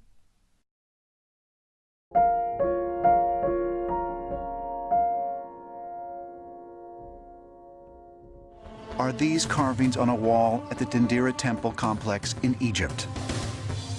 To some, the strange designs look eerily similar to objects very much in use today. In Egypt, there is this underground crypt at Dendera that was always secret, and only the high priests had access to that crypt. And it's very hot in there, very narrow, low ceiling, and on the walls you have these reliefs of what looks like ancient light bulbs. Because we have to question one thing: how did the ancient Egyptians light the inside of their tombs? The Egyptian light bulb theory. Let's see what we can figure out about it. Let's start by listening to some of the reasons that ancient astronaut theorists believe it's true. According to most mainstream archaeologists, torches were used by the ancient Egyptians to light the pitch-black chambers of tombs and temples. Yet nowhere on the ceilings is there even the slightest evidence of soot or smoke residue. It's hard to know why they're saying this, because there is black soot in almost every Egyptian temple and tomb. In fact, a recent ceiling cleaning conducted at the Temple of Hathor, which is the same temple where the so-called light bulb relief is found, they uncovered a brightly colored ancient ceiling painting that had never before been noticed. What was covering it up, you ask? I will quote them directly. They said that the ceiling was covered with, quote, hundreds of years of black soot. That's kind of funny, you have to admit. Also, there isn't enough oxygen inside those tombs with which to support or feed a flame of a torch. I was once inside the king's chamber, inside the Pyramid of Giza, and somebody turned off the lights, and immediately we were in pitch darkness. And I said, no problem, I'll just take out my lighter from my satchel, and I turn on the lighter, and it didn't work. I don't know about his specific Zippo, but there are plenty of documented explorations of the pyramid and other tombs in the early part of the 20th century which used torches to light the pyramids. Archaeologist and pyramid expert John Romer was once asked a similar question by someone on a television show. This was his response, quote, "As for the soot, there is soot in the Great Pyramid from the 19th century travelers, but most of it has been washed off. Most of the pyramids, of course, were built in sunlight, so lighting the interior would only have been a problem after the roof went on. They would have used lamps with salt in the oil so the flame burns very pure, end quote. Romer isn't just guessing about the olive oil lamps. These lamps were depicted in Egyptian reliefs, and there are even receipts for orders of their wicks and other such evidence. Another thing to consider is that, as far as tombs go, they weren't expected to be lit. In fact, if all went well, robbers would not be able to find a way in, and the tomb would never see the light of day ever again. That was the plan. And if it weren't for 19th century explorers and dynamite, that plan might have worked too. But when we're talking about temples, like at Dendera, the false dilemma of not enough oxygen simply doesn't work. The temple is much more open. The oxygen levels are plentiful. They obviously used fire to light it, if for no other reason than because of the hundreds of years of black soot on the ceiling. Okay, so the false dilemmas have been addressed, but we're still left to explain what this relief is depicting. Let's first hear what Ancient Aliens has to say about the mainstream interpretations of this relief. Egyptologists' explanation of this, and they have to have some explanation. There's got to be one. It has to be pretty mundane. It can't be that it's an electrical device. Their explanation is that it is a lotus flower. And what appears to be a bulb around is the aroma of the lotus flower. And so it's just a very odd depiction of a flower. That is a terrible representation of the mainstream view of this relief. It's Ancient Aliens using a straw man argument to make their argument look superior. This relief is not so mystical if you have a little understanding of Egyptian art and religious symbols. This is a variant depiction of the creation of the world in Egyptian mythology. The Egyptians believed that before anything else existed, there was a vast primordial sea of nothingness. They believed that the first thing to emerge from this sea was a lotus flower. This is probably because the lotus closes at night and sinks underwater.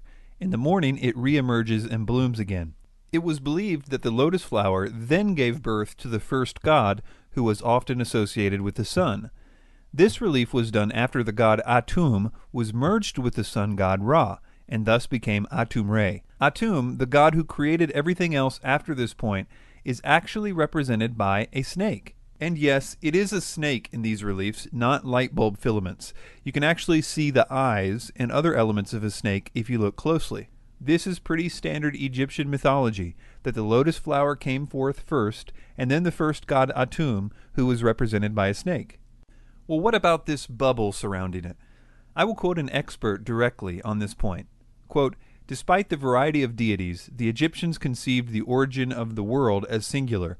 Only one god, Atum, was responsible for the emergence of the universe as a bubble of air in the vast, limitless, inert ocean and everlasting darkness of the undifferentiated primordial waters, none, that existed before creation. In other words, the universe came forth from the lotus in a bubble of air." The other elements of this picture back this interpretation up. The universal bubble is here being supported or raised up by the goddess Nun. Nun is the primordial waters, and technically it is she that raises up the lotus, Atum, and everything else. This pose of outstretched hands is one of the more common motifs for Nun, and she raises and supports the universe from nothingness. In some versions of the story, the sun god represented in these scenes is Khepri, who is represented as a scarab beetle. Atum and Khepri sort of traded off being aspects of Ra in Egyptian mythology. So in essence, in more common versions of this scene, you have Nun, the primordial waters, lifting up the solar barge of Ra for its first journey across the sky. And this explains why the exact same poses are seen in this creation scene at Dendera. They are also depicting Nun raising up the universe out of her waters. This idea is very, very common. You can see other images of Ra emerging from the primordial lotus as well. The idea that the ancient Egyptians used electricity is something that is not even hinted at anywhere in the Egyptian records. And if you believe Ancient Aliens, they were not just using electricity, but vacuum tubes, which requires high amounts of electricity as well as rarefied gases like argon. And if this was the case, we should expect to find some mention of this somewhere. But Ancient Aliens has an answer for why we do not. But if the ancient Egyptians had used some kind of electric light to illuminate their passageways, why does the visual evidence exist only in the temple at Dendera? In Egypt, you had different areas of specialty, and Dendera was the area where the knowledge of the light-giving source was kept. And this secret knowledge was kept by the high priests. And they're the only ones who were privy to this type of information, because Dendera was the special place where this specific knowledge was guarded and kept. Right. Of course, there's nothing in any text or on any wall that would back up anything that he just said. He even makes up this phrase, keepers of the light-giving source or whatever, just to make it sound official. Again, it's interesting that the temple where the knowledge of this light was kept is the same one with the hundreds of years of soot on the ceiling. Maybe they were trying to save on their electric bill.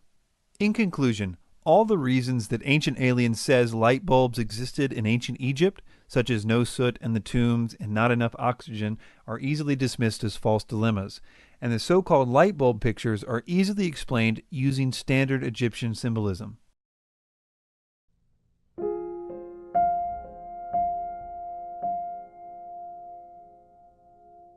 All throughout the Middle Ages, there are some magnificent paintings. And in certain areas of the painting, there are what looks like to be UFOs. They're always floating up in the sky, usually above the Virgin Mary or above Jesus on the crucifix, or somewhere we have sceneries that depict what looks like UFOs. Almost all supposed UFO and art cases come from medieval art, and there's a pretty good reason for that. Most people are not aware of the symbolism rules of Byzantine or medieval art, and so they're easy prey for ancient astronaut theories about it. This theory concerning Byzantine art could never work on someone who studies this type of art professionally. Let me show you why. First, let's take one that Ancient Aliens showed in the background a few times in that last clip. It's a very famous UFO and art painting, and it usually is presented using a very poor quality image, so you can't see the details very well. If you look closely, you can see these objects have distinct faces. They are actually representing the sun and the moon, and you would think that someone being honest about this would fill you in that they appear in almost every painting of a crucifixion done in the Byzantine style. The sun and the moon were consistently depicted with human characteristics. Sometimes they had just faces, other times they had full bodies. The concept of representing the sun and the moon with human characteristics was a carryover from the pagan artwork of Rome. The Roman Catholic Church simply continued the tradition of representing the sun and the moon with human characteristics in the artwork that it had commissioned. The sun and the moon are usually facing the cross, which is supposed to represent them being witnesses to the crucifixion. The sheer number of Byzantine crucifixion scenes where these objects are depicted in such a way that is obviously supposed to be the sun and the moon should be enough to put this one to rest for good. Ancient Aliens goes on for a while about the 14th century fresco at the Viškovci Dekani Monastery in Kosovo. This one has been a big favorite of the ancient astronaut theorists since it first appeared in a French magazine called Sputnik in the 1960s. This crucifixion scene is just like all the others we have seen, except it has a more full-body representation of the sun and the moon. There are just as many examples of the sun and the moon being depicted in this way, with full bodies, in other Byzantine crucifixion scenes, including in other places in this same monastery. Ancient Aliens also shows this famous painting. Well, famous to ancient astronaut theorists anyway. This one is like all the others, in that once you know what you're looking at, you will see so many other examples of it in medieval art. This one is called Madonna with Child with the Infant St. John. And to start out, I want to draw your attention just below, to the right of the object, where you will see a character holding his hand to his eyes and looking toward the sky. With him is a dog that is also looking towards the sky. The painting was supposed to be depicting this passage in the Bible. And there were in the same country shepherds abiding in the field, keeping watch over their flock by night. And lo, an angel of the Lord come upon them, and the glory of the Lord shone round about them, and they were sore afraid. And the angel said to them, Fear ye not, for behold, I bring you good tidings of great joy, which shall be to all people. For unto you was born this day in the city of David a Savior, which is Christ the Lord. So the shepherds and the glory of the Lord shining round about them are all in the context of the announcement of Jesus' birth from the Gospel of Luke. What really demystifies this is to show other paintings from the era depicting the same scene. Slowly, you will see what the so-called UFO is supposed to be. First of all, you will notice that all of these paintings have the same shepherd, usually with a dog, and usually with their hands to their eyes. Usually, an angel comes out of the cloud lined with light. In older pictures, the cloud in the scene would have had golden rays. Sometimes an angel is coming out of a big tear in the sky. Other times, like this one of a similar style, only the tear in the sky is visible, not the angel. In almost an identical tondo, we see the shepherd looking toward a red-dressed angel, and in the center, above the Madonna's head, there is the same light-rayed cloud. Here is the same scene painted by the artist's brother-in-law, with a bright star appearing inside a cloud. On a hill to the right, the angel appears to the shepherds. Here is another shepherd scene. We see the angel and the luminous cloud. Sometimes the angels would be depicted in the cloud like this. So, the Madonna with child with the infant St. John can safely be identified with the announcement scene in the Gospel of Luke, and all the elements in the painting are well known by students of medieval art. The most famous painting, that without any doubt in my mind, depicts a UFO with its laser beam. It was made by Crivelli in 1486. The Annunciation to Mary.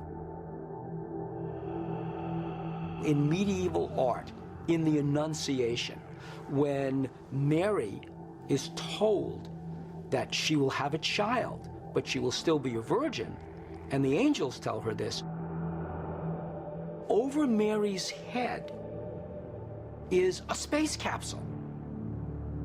But what's a UFO or a space capsule doing over Mary? This isn't a space capsule. If you look closely, you will see that it is formed by a circle of clouds inside of which there are two circles of small angels. This is a very common way of representing God, visible in a huge number of paintings.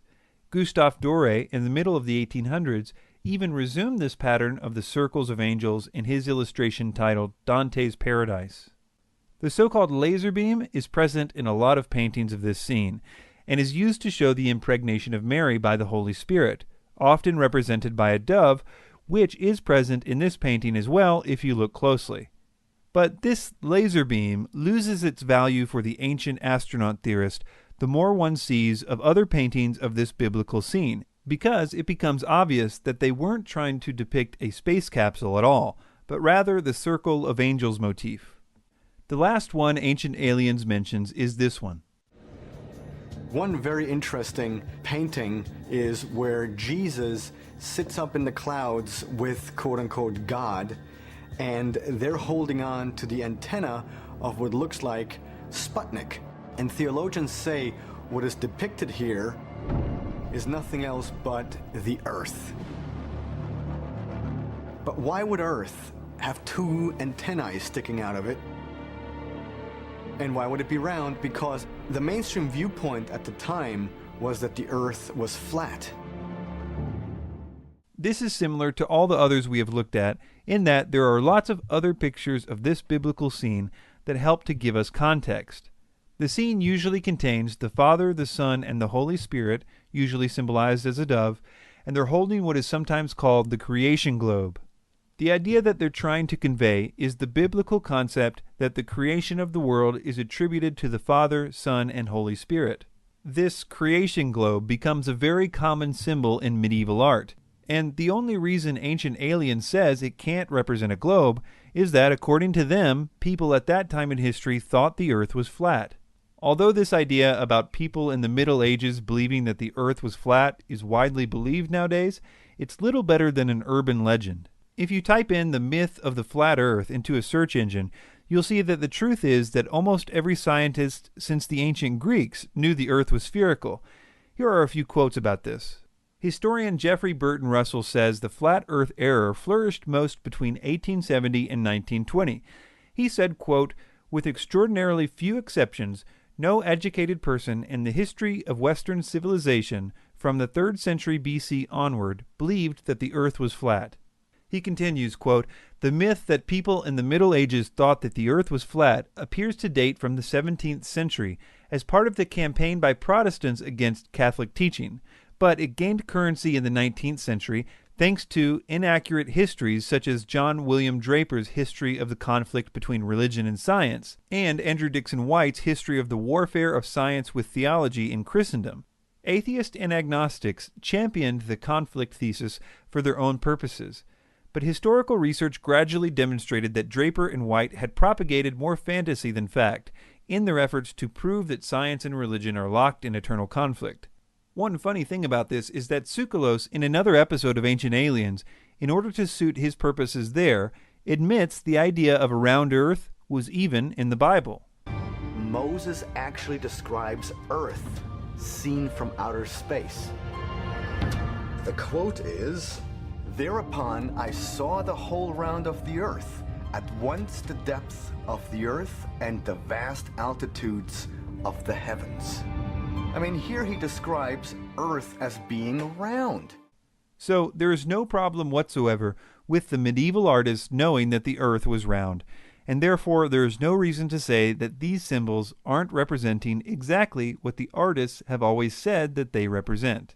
Almost all UFO and art theories come from the Middle Ages, and they all fail when they are compared with other paintings of the same scene, because one can then see that these were consistent motifs in that style of art and were used to describe certain theological concepts, which, when explained in light of the concept that it's obviously trying to convey, it totally demystifies the objects in question.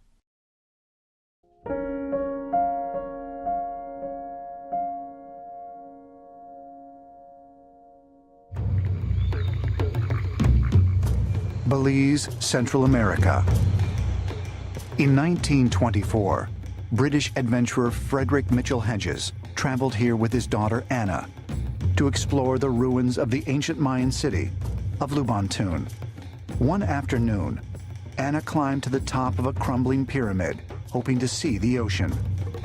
It was high noon and she was at the top, and the way the sun came in, the way the rocks had moved on that, there was just a small opening and the light from the sun went through and it hit the top of the skull.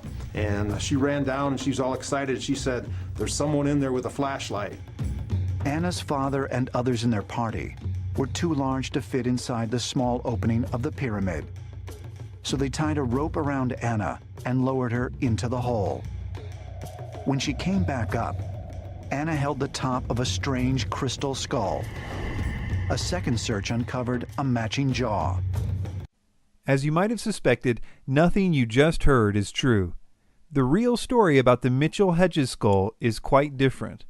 It's worth mentioning that the reason that Ancient Aliens focuses in on the Mitchell Hedges skull is because all of the other known crystal skulls have now been proven to be fakes, and even Ancient Aliens admits this. Scientific tests have determined that the two owned by the British Museum and the K. Branly were not authentic pre-Columbian artifacts. The Mitchell Hedges skull was the last hope for a real one, and the only reason it was the last hope was because the daughter of Mitchell Hedges, while she was still alive, refused to have an official study done to see if it was fake or not. Rather than that, she toured around with it in New Age conventions and the like until she recently died. Her widower, however, in 2007, took it to the Smithsonian Museum for Natural History, where extensive testing was done on it. It was found to be a fake, just like the others. I'm not sure if Ancient Aliens produced this episode before or after 2007, but I suspect that they wouldn't have cared much either way. The real history of the Mitchell Hedges skull starts with another crystal skull that was in the British Museum, which the forger of the Mitchell Hedges skull copied it from. The British Museum acquired a crystal skull in 1898, at a time right after tools were first invented that made it possible to carve crystal skulls like these. We now know it was also a time when a lot of fake crystal artifacts were sold to museums. The British Museum skull, which has its own dubious history, was later found to be fake too.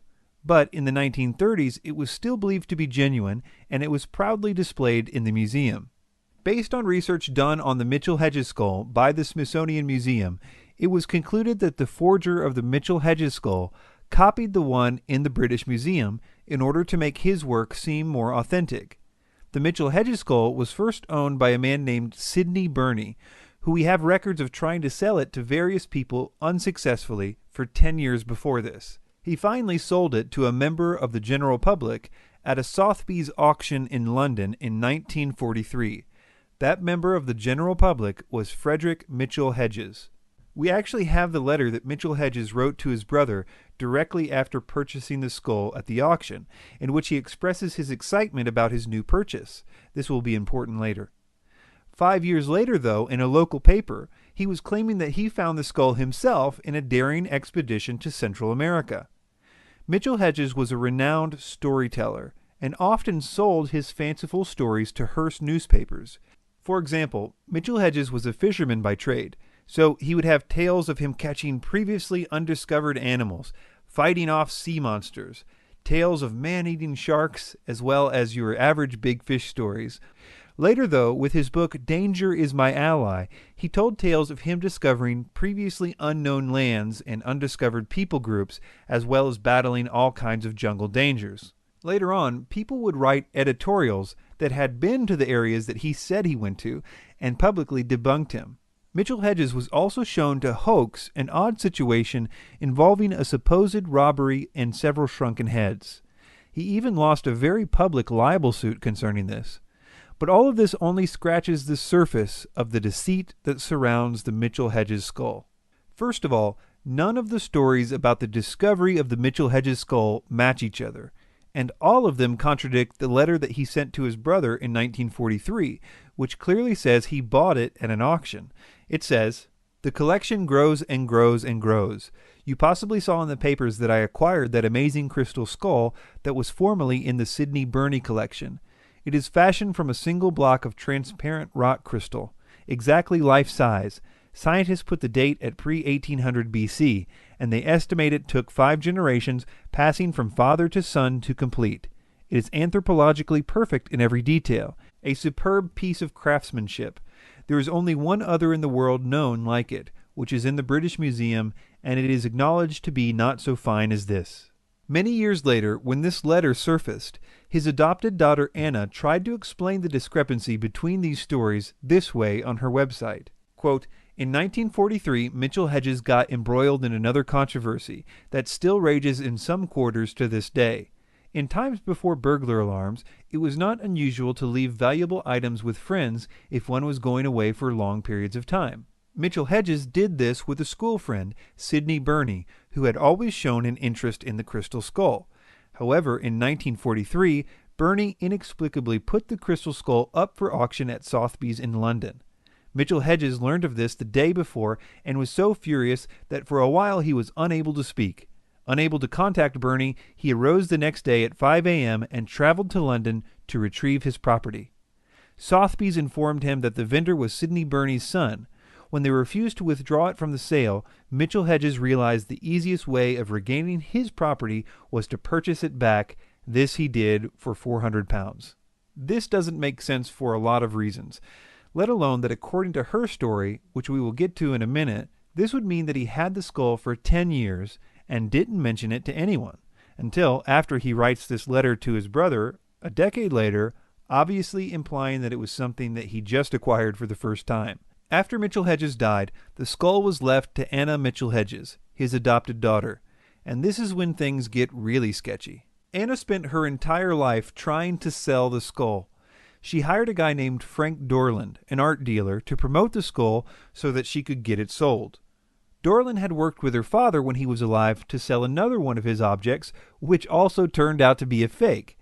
She and Dorland signed an agreement in July of 1964 that he would promote the skull and that the price of its sale must be no less than $50,000. Dorland then got busy trying to make everything look really official, including coming up with a totally different story for the skull's discovery. After this agreement with Dorland in 1964 was the first time that Anna claimed that it was she, not her father, who found the skull, something that no one else seemed to mention the last 30 years. By doing this, it made Anna the sole person who could establish provenience for the skull, something that a buyer would want, especially a museum. And because everyone else involved was dead by this time, there was no one left to contradict this new story. All of the mystical claims about the skull were born out of the 2 books that the promoter, Frank Dorland, commissioned in order to promote the skull. Here is a letter from Dorland to Anna concerning the writer who he wanted to write one of the books. Quote, I have convinced Dick Garvin, who does sell, it is worth the percentage to you and me and you to furnish the information. This makes it a better book and makes more money all the way around. The skull is not sold. It is put to use in this manner and for public appearances to boost sales and interest. These books make outlandish claims about the crystal skull's origin and powers, and since the books were released at the height of the New Age movement, they enjoyed an uncritical and enthusiastic audience. During all these years, they tried desperately to sell the skull. The problem was that because of all the fakes, museums were now asking to validate the skull first. One letter from the British Museum to Anna shows that the negotiations were stopped when the curator caught wind of the actual history of the skull. None of this stops Ancient Aliens from promoting all kinds of contradictory stories about the skull. Yes, they're alien artifacts. Even some people think they're made on another planet. But they were created specifically to hold records from alien civilizations. There's a legend that there were 13 skulls, and that when the 13 skulls come together, then something significant will change in the world. Legend suggests that there are 12 additional worlds out there, planets which are inhabited by intelligent species. These 13 crystal skulls that allegedly exist on planet Earth were each brought here from one of those 12 planets, and the 13th skull is the one that apparently contains all of the information of all those 12 different worlds. And that's the legend of the crystal skulls. But, as ancient astronaut theorists maintain, why would visiting aliens have given the crystal skull to the Maya? The only problem is that no one can seem to find a record of this Mayan prophecy. The idea seems to trace back to one New Age author. Mayan scholars have never heard of this legend, and certainly not this one. A lot of natives and a lot of people working with crystal skulls say that the high quartz content skulls, and especially the quartz skulls themselves, is the highest frequency or energy or vibration possible on the physical plane. And so a lot of native people kind of worshipped or took care of these objects because they knew that they had or felt that they had the highest energy possible on the earth plane. This whole myth was birthed out of a marketing campaign for a forged artifact, a myth which found a home in the New Age. In conclusion, all of the proposed crystal skulls have now been conclusively proven to be hoaxes. The last holdout, the Mitchell Hedges skull, was only still a candidate because it was not allowed to be examined until recently. Its history is full of greed and lies, and its genuineness could only be accepted by the most dedicated devotee given the facts we now know.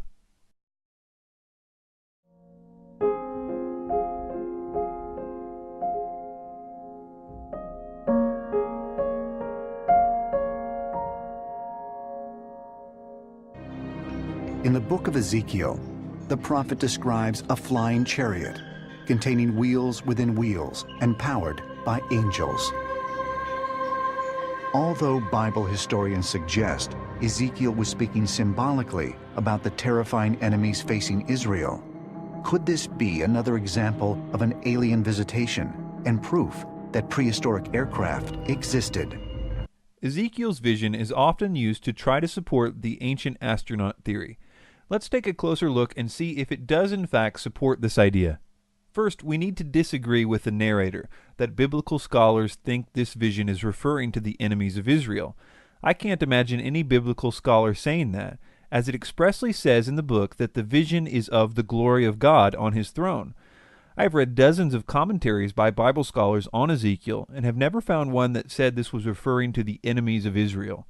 I think this is a case of ancient aliens propping up a straw man argument. In other words, taking an obviously weak argument and pretending it is your opposition's majority view. The main premise of the ancient astronaut theory is that ancient writers couldn't understand or didn't have the vocabulary to explain technology. But that idea doesn't really work for Ezekiel for many reasons. First of all, Ezekiel had a huge vocabulary. Hebrew is one of the richest languages in the history of the world, and Ezekiel showed great skill in utilizing it when describing complicated things in other places in his writings. He had the vocabulary to say things like silver disc or round or window or gray bean with big eyes if he wanted to, but he didn't. As we will see, what Ezekiel describes simply cannot be compared to a UFO. More than any other Bible writer, Ezekiel was extremely detail-oriented. He makes sure to describe every detail, not just here, but throughout his writings. For example, a very accurate model of the layout of an entire city, as well as a huge temple complex, can be constructed using his specifications.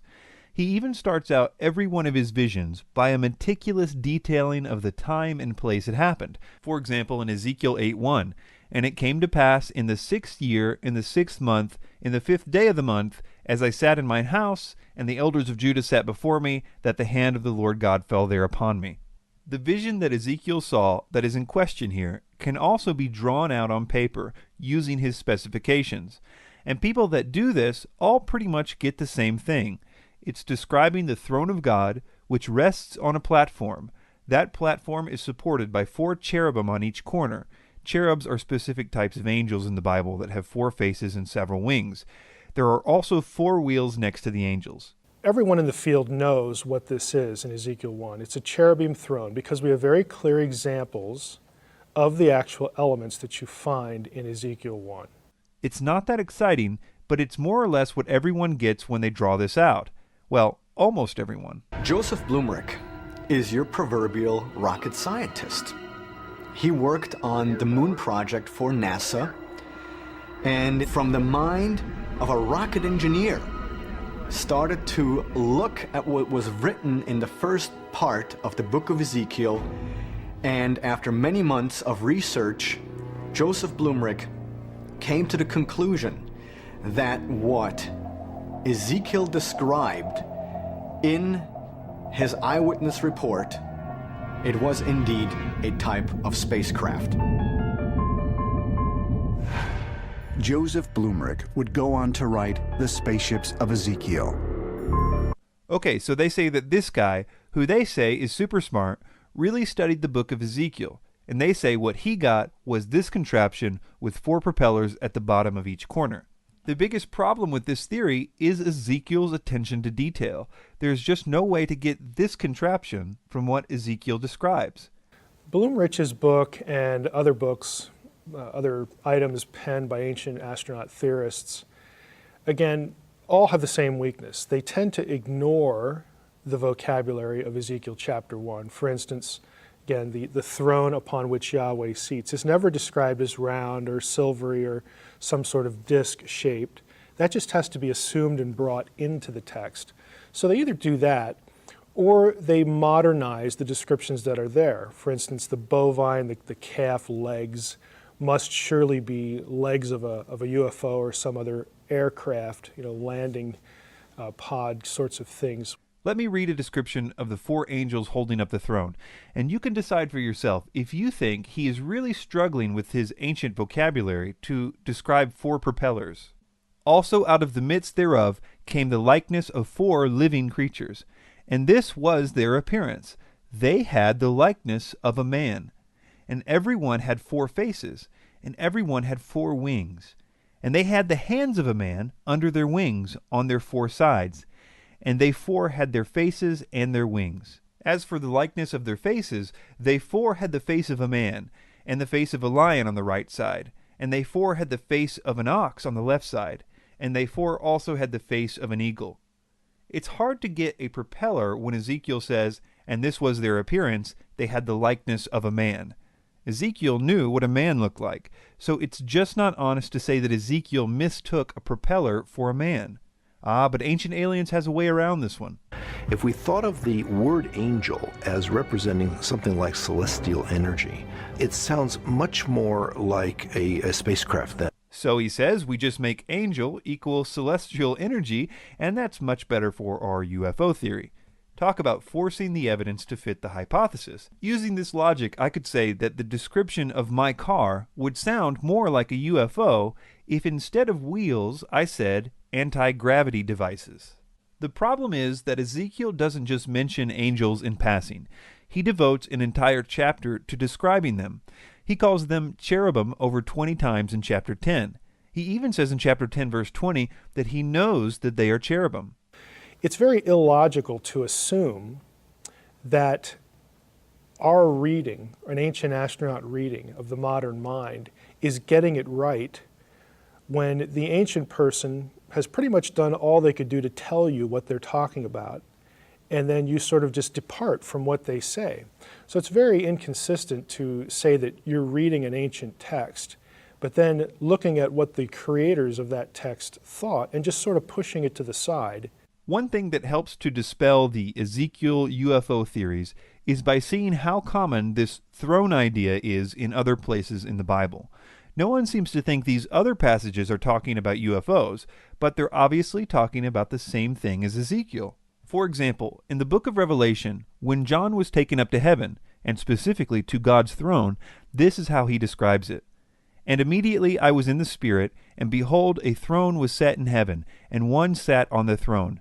And before the throne there was a sea of glass, like unto crystal, and in the midst of the throne, and round about the throne, were 4 beasts full of eyes before and behind. And the first beast was like a lion, and the second beast like a calf, and the third beast had the face as a man, and the fourth beast was like a flying eagle. And the 4 beasts had each of them 6 wings about him, and they were full of eyes within, and they rest not day and night, saying, Holy, holy, holy, Lord God Almighty, which was and is to come. Daniel the prophet even mentions that the throne of God has wheels in Daniel 7:9. There are other places in the Hebrew Bible that describe God's throne. A lot of them don't have a great deal of detail. Isaiah 6 is sort of a familiar example where Isaiah appears before God's throne with the seraphim and other divine beings there. I think the best one for this particular issue, Ezekiel chapter 1, is found in Daniel 7. You have the Ancient of Days seated upon a throne, and it's called a throne. The word for throne actually appears in the passage. And the issue there is, since we know it's a throne because Daniel calls it a throne, it's really important to observe how the throne is described. It has wheels. It has fire about it, fiery description of the wheels. Scholars have known for a long time that the description of the throne in Daniel 7 has the same elements as that in Ezekiel 1. So it's very clearly a throne, and some of these other passages help us understand that. We could go through other passages, but the point is that according to the Bible, God's throne is supported by 4 angels with multiple wings which are on wheels. But now the interesting part.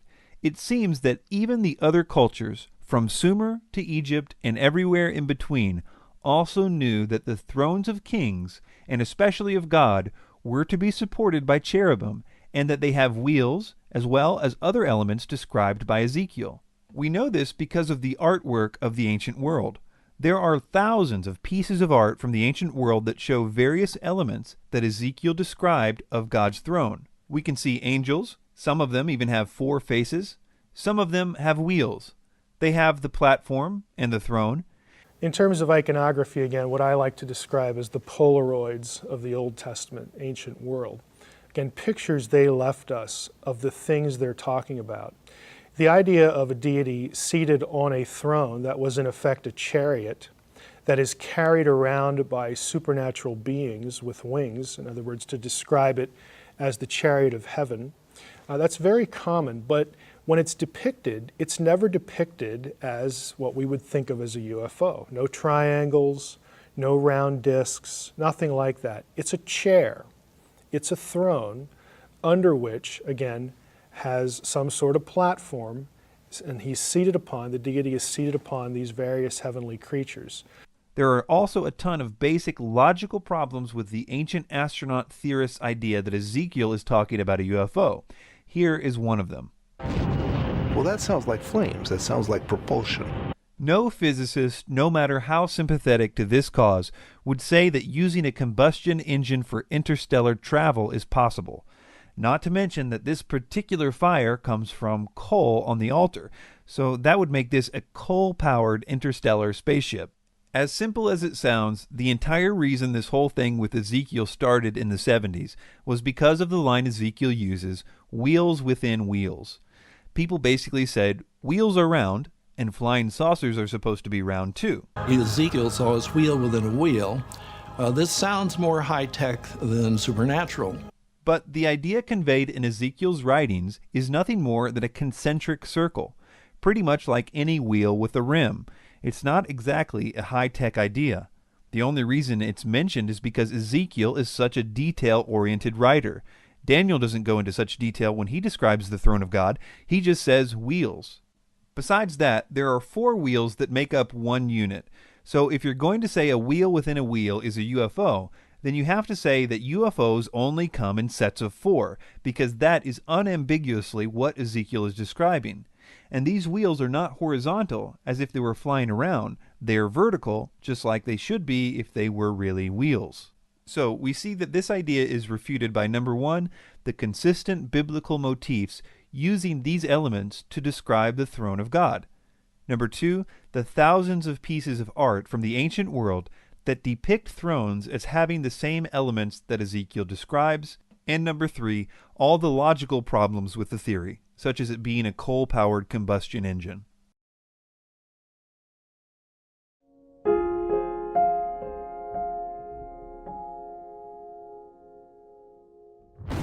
Atomic warfare among ancient civilizations may sound like something out of a science fiction novel, but descriptions of similar deadly occurrences can be found in the very same text Dr. Oppenheimer quoted after the New Mexico atomic test. So the ancient astronaut theory claims that the Mahabharata speaks of nuclear warfare. Let's see what specifically they say it says. One reference that we have, for example, speaks of these explosions that were brighter than 1,000 suns. And when these blasts occurred, the suns were twirling in the air. Trees went up in flames, and there was just this mass destruction. After those blasts, people who survive started to lose their hair, and nails started to fall out. I mean, right there, we have a concise reference to radiation poisoning, nuclear fallout. And those texts are thousands of years old. The Mahabharata actually doesn't say any of that. These exact claims about the hair and nails falling off and an explosion brighter than 1,000 suns has been repeated by ancient astronaut theorists so many times that they think it's true. But the origin of this line was from a French book called Morning of the Magicians. No one that makes this claim will actually cite where in the Mahabharata this claim appears, which makes it very difficult for people to call them out on this, because the Mahabharata contains over 1.8 million words. So if you just say, it's in there somewhere, just trust me, you can pretty much get away with anything. As you might have guessed by now, they have a really good reason for covering their tracks by not citing a reference. For instance, let's consider the claim about the people's hair and nails falling out because of this weapon. First of all, there was no weapon involved in that story. It was part of a bad omen, and this is what it actually says. Quote, "The streets swarmed with rats and mice. Earthen pots showed cracks or broken from no apparent cause. At night, the rats and mice ate away the hair and nails of slumbering men." So rats chewed them off. It wasn't a result of nuclear fallout. What about the bomb blast that was brighter than 1,000 suns? Here's what the passage actually says. Gratified with him, the Holy One then showed Utanka that eternal Vaishnava form which Dyanjaya of great intelligence had seen. Utanka beheld the high-souled Vasudeva of universal form, endued with mighty arms. The effulgence of that form was like that of a blazing fire or 1,000 suns. It stood before him, filling all space. It had faces on every side. Behold the high and wonderful Vaishnava form of Vishnu. In fact, seeing the Supreme Lord in that guise, the Brahmana Utanka became filled with wonder. Jason Colavito says the following about this. Quote, "This passage, which mentions the 10,000 suns, refers to an appearance of Vishnu. It is representative of many, many passages in which the standard poetic line 10,000 suns is used to describe a deity. It does not refer to the specific flash of a nuclear blast unless one imagines the gods to be exploding. If you would like to know more about the deceitful misquoting of ancient texts as it relates to this idea of ancient nuclear weapons, see Jason Colavito's excellent book, Ancient Atom Bombs, Fact, Fraud, and the Myth of Prehistoric Nuclear Warfare. Let's move on to Ancient Aliens' next line of evidence for this point, which is all centered around an ancient city, now archaeological site called Mohenjo-Daro in Pakistan. Ancient Aliens claims that there was a nuclear bomb dropped there in the ancient past. They give several reasons to believe this. Skeletons were found lying face down in the street, many holding hands. Their faces and body positioning suggested they suffered a sudden, violent death. You have a culture of people who literally were lying dead in the street. Archaeologists have found human remains, and something big has happened to these people. Why is there evidence that wild animals avoided scavenging their remains? And why, even after thousands of years, had their bones not decayed? In certain areas of that site, you find increased levels of radiation. British researcher David Davenport claimed to have found a 50-yard-wide epicenter at Mohenjo-Daro, where everything appeared to have been fused through a transformative process known as vitrification. Vitrification is a process in which regular type stone gets molten into a magma state, and then it hardens again. But once the stone is hardened again, it feels like glass. At Mohenjo-Daro, we find evidence of vitrification, which could have only been achieved if the material was exposed to extreme heat by some type of a blast. Okay, so let's list these points. Number 1, skeletons, one set holding hands, which they say appear to have died at the same instant. Number 2, no evidence of scavengers. Number 3, remarkably well-preserved bones. Number 4, the presence of radiation at the site. And number 5, an epicenter where vitrification is present. That all sounds like a pretty convincing case for nuclear warfare at Mohenjo-Daro. Well, assuming any of that is true, and considering Ancient Aliens' track record, we had better investigate these claims. One of the first problems with this theory is the city itself. Its buildings are still intact, some of which are 15 feet high, and they're made out of mud. So you would think that a nuclear weapon whose main destructive power is in the force of its blast wave would be able to topple a few mud brick buildings. But moving on, what about these skeletons? Ancient Aliens makes it sound like a lot of skeletons were found, when in fact only 37 were found. And not only do these 37 bodies show no signs of dying suddenly, the date of their deaths varies sometimes as much as 1,000 years from one another. None of the archaeologists involved thought these skeletons suggested a sudden catastrophe. And to make matters worse for Ancient Aliens, all of the bodies were buried. The idea that these bodies were laying around in the streets isn't true. In fact, almost everything that Ancient Aliens said about this is completely untrue. The fact that they didn't die in the same instant, and the fact that they were buried in the normal way, explains why there was no signs of scavengers. Well, what about the remarkably well-preserved bones? This can be chalked up to Mohenjo-Daro being literally one of the hottest places on Earth, with temperatures reaching 128 degrees. And because it's also really dry, it's the perfect climate for preservation. In fact, this is also probably the reason why the mud brick buildings are still standing as well. The problem with the claims about there being radiation at Mohenjo-Daro is that we don't know where this claim came from. It certainly wasn't any of the scientists involved with the Mohenjo-Daro digs that claimed it, and the ancient astronaut theorists don't cite any references with which to check this claim, so until the presence of radiation can be proven to exist at the site, there is no reason to address it. Well, what about this epicenter of vitrification? Well, according to archaeologists, it wasn't exactly an epicenter of anything. It was a small amount of broken pottery, which, because pottery is put in a fire to harden it, It contains a specific type of vitrification called frit. They threw in the word epicenter to make it seem more legitimate, but there is no epicenter of anything except pottery at this site. But this brings up an important point. Mohenjo-Daro is not the only site that ancient astronaut theorists claim vitrification exists as a result of ancient atom bombs. So it would be instructive for us to look at sand vitrification and its different causes in order to address those claims. For example, there is fulgurite, which is sand fused by a lightning bolt. There is tektite, which is sand fused by the compressed force of a meteorite. There is frit, which is partially fused sand and other chemicals in the presence of heated pottery. That's what was found at Mohenjo-Daro.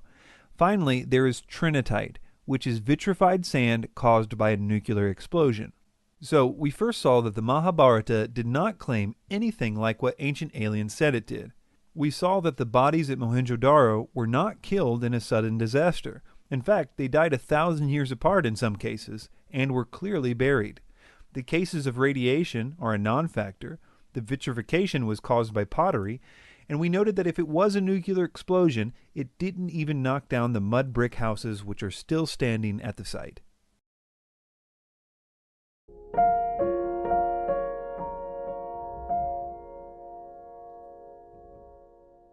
Ancient Sanskrit texts dating back as far as 6000 BC. Wow, 6000 BC? Really?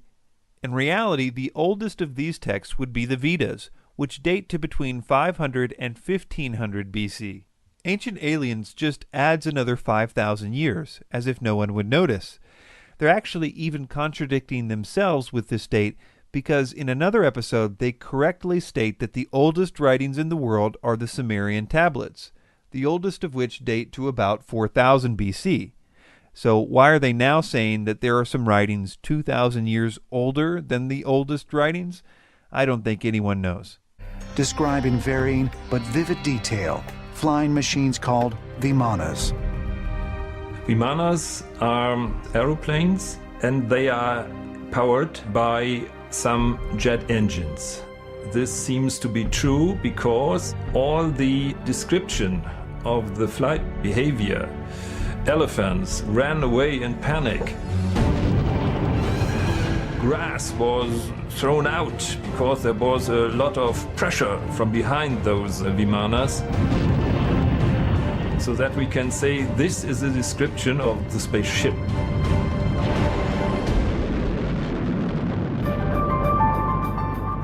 The word Vimana literally means having been measured out, and it was related to the king's palaces, and was referring to their intricate construction. Later on, as a result, the word became synonymous with palaces in general, and because of that, it was used to refer to the palaces of the gods as well. And yes, these palaces of the gods were in the heavens, and they could fly. But as we look into this, it will be clear that some of the Vimanas of the gods really were huge palaces, with gardens and terraces and golden staircases. Then, because the palaces of the gods flew, the word gradually became used for anything that could fly, either in mythology or in reality. So understanding the palace concept in the development of the word Vimana is helpful in understanding what we will be looking at. But before we look into the real descriptions of Vimanas in the Vedic texts, we must first examine a fake text, because almost everything that Ancient Aliens says about Vimanas comes from a totally bogus text called the Vimanaka Shastra. Although mainstream historians believe the Vimana texts are myths, many of the documents contain passages that seem to describe modern machinery and technology. The Vimanaka Shastra goes into metals that are used in these craft. It talks about electricity and power sources. It talks about the pilots and the clothing they have to wear. It talks about the food that they eat. It talks even about the weapons that are kept on these airships.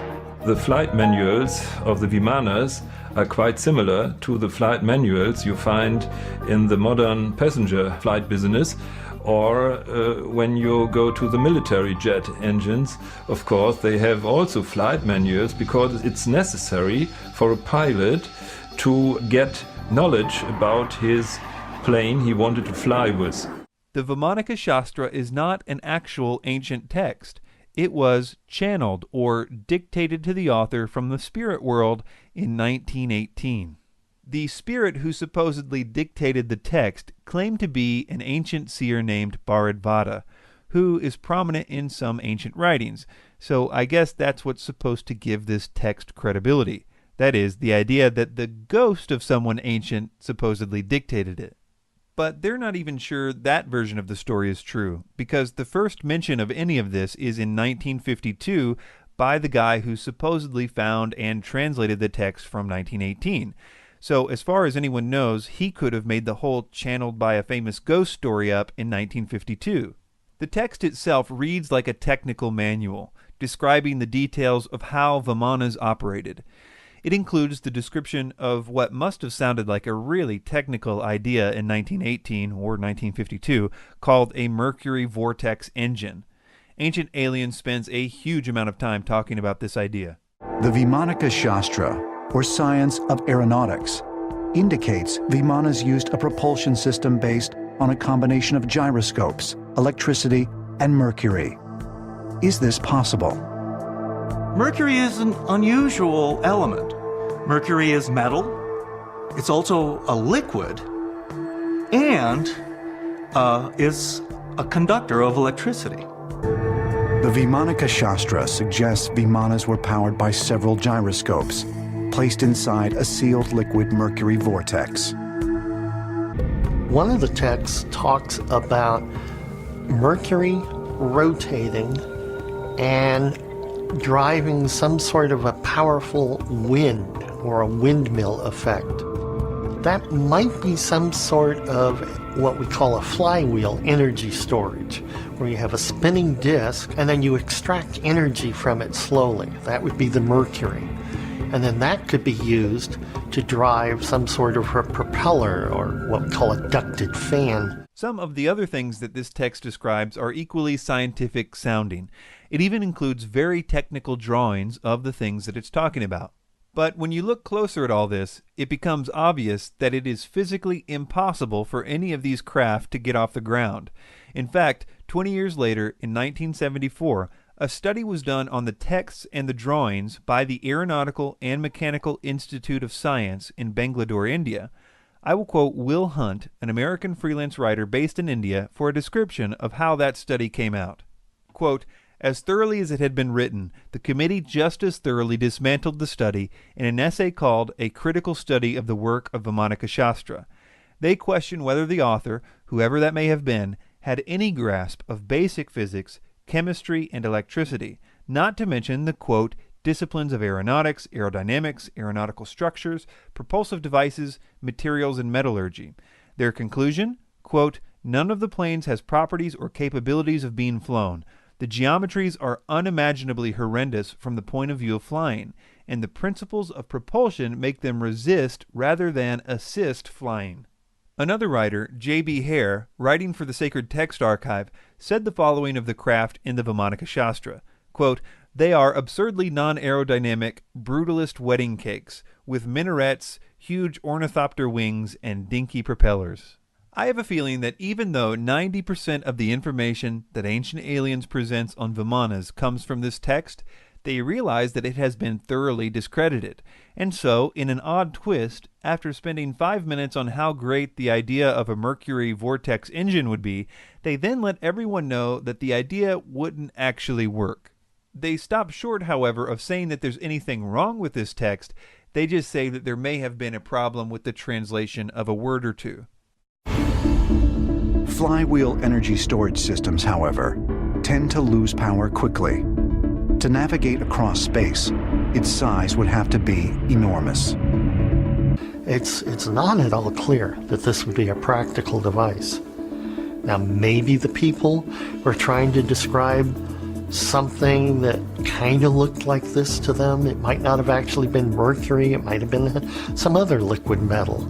The mercury vortex engine is perhaps a failure in the translation, because the vortex is not a material quite suitable to a jet engine. So let's move on to the mentions of Vimanas in the actual ancient Vedic texts. So, as I've already mentioned, the word Vimana came to mean palace, and when it was the palace of a god, it was usually capable of flying around. When we look at the development of Vimanas chronologically, the mystery surrounding them vanishes.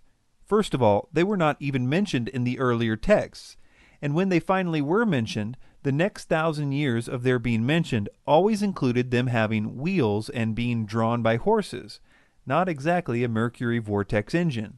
Then, around 500 BC, the chariots lose their horses and are depicted as flying on their own. Jason Colavito says the following about the first mentions of Vimanas without horses. Quote, "The very first of these is the flying chariot of the earthly king Ravana, called Pushpaka. By the time of the Mahabharata, circa 400 BCE, these flying chariots had grown in size. One was now described as 12 cubits in circumference, but they never lost their large wheels that marked them as derived from earthly, horse-drawn chariots."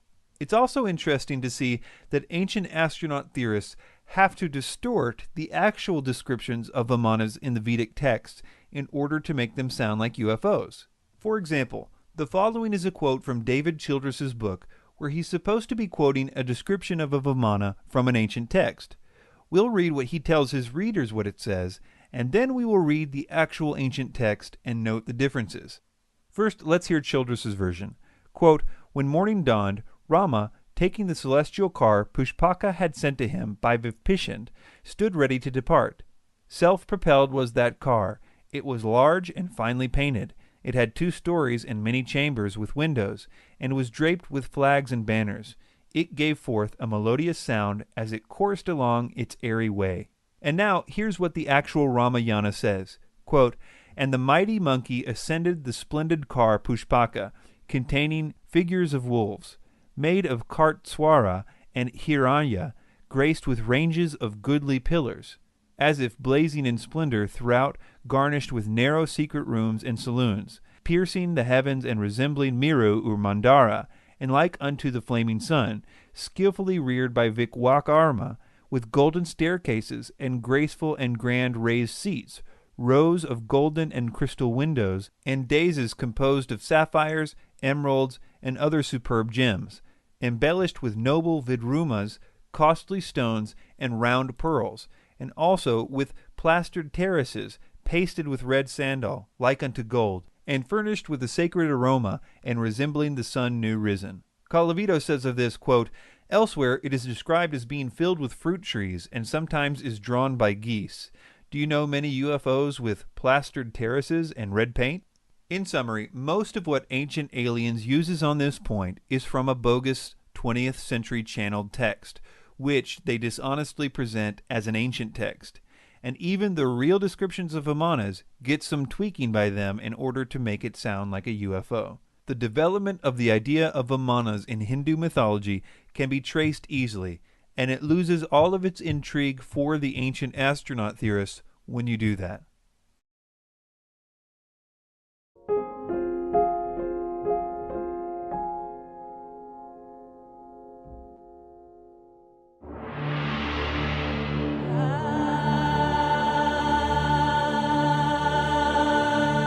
In the ancient texts of Sumeria, we have descriptions of these beings descending from the sky called the Anunnaki.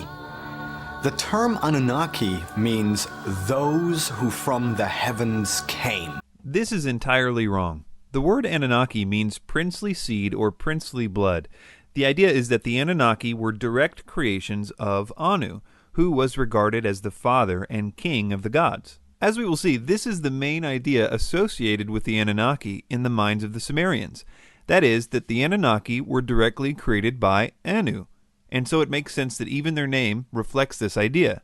That is, that they were the offspring of the prince. The term itself means of royal seed or princely seed, because the Anunnaki were considered the offspring of Anu or An, the great god of heaven. And also we have, again, Anunnaki.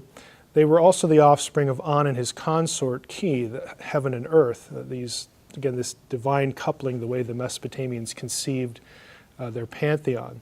So if the term Anunnaki means princely seed or offspring of the prince, How is it that Ancient Aliens says that the word Anunnaki means those who from heaven to earth came? The short answer is that everything that Ancient Aliens says here about the Anunnaki comes from a man named Zecharia Sitchin. Sitchin wrote many books claiming that the Anunnaki were really aliens.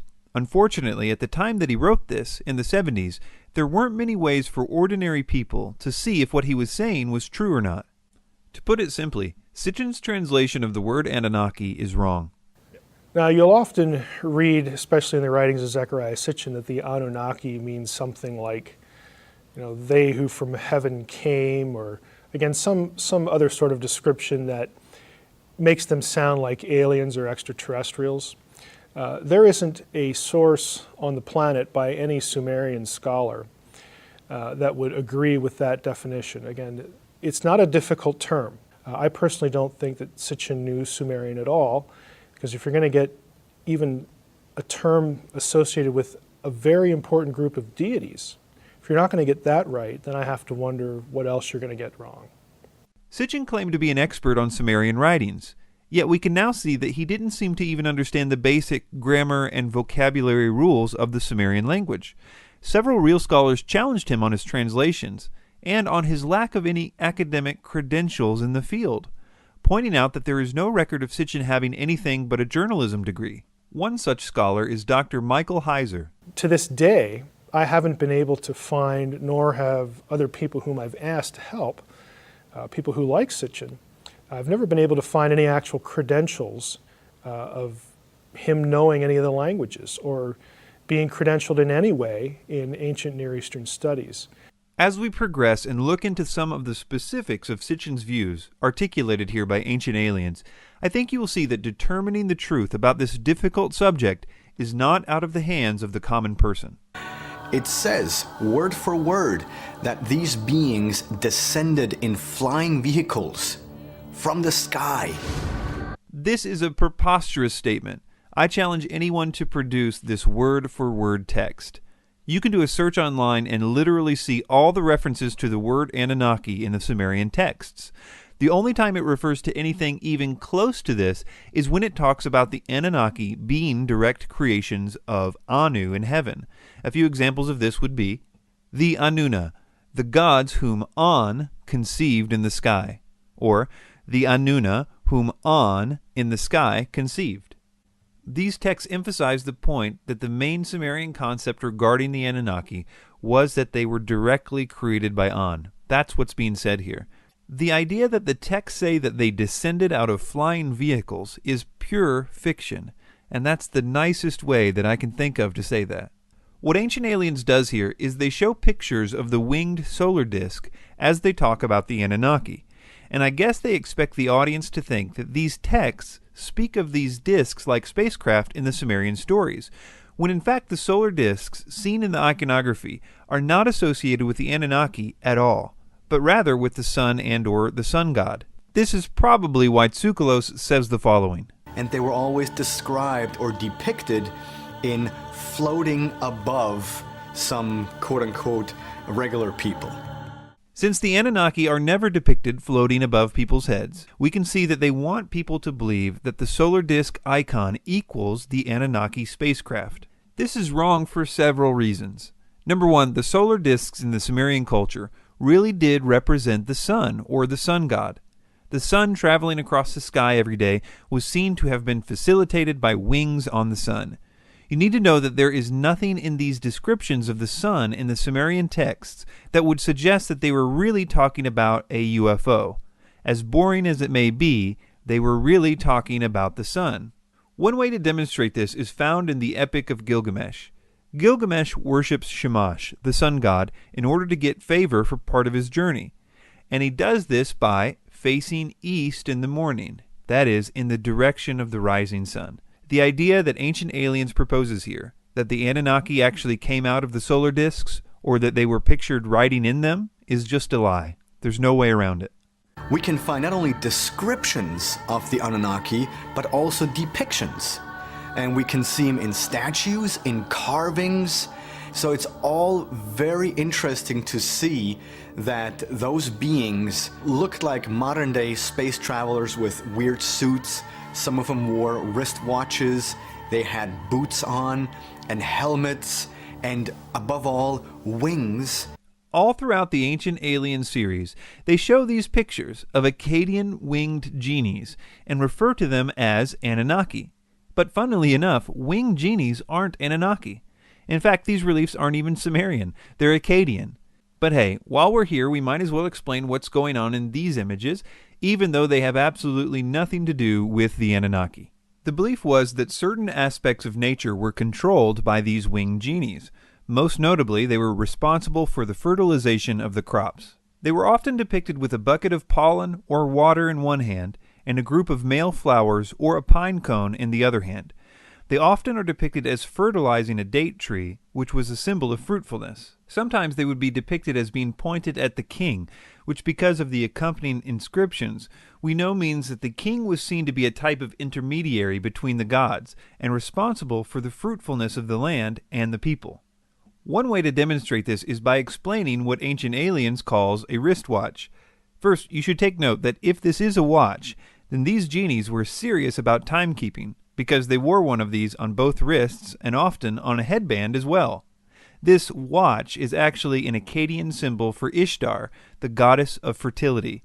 You can see the same rosette on the famous Ishtar Gate in Babylon. The fertility of the land was associated with, as you might expect, the goddess of fertility, and these beings are depicted as acting on behalf of Ishtar as they fertilize this date tree. This also probably explains the wings, considering that the natural and visible way that a flower is pollinated is through bees and birds.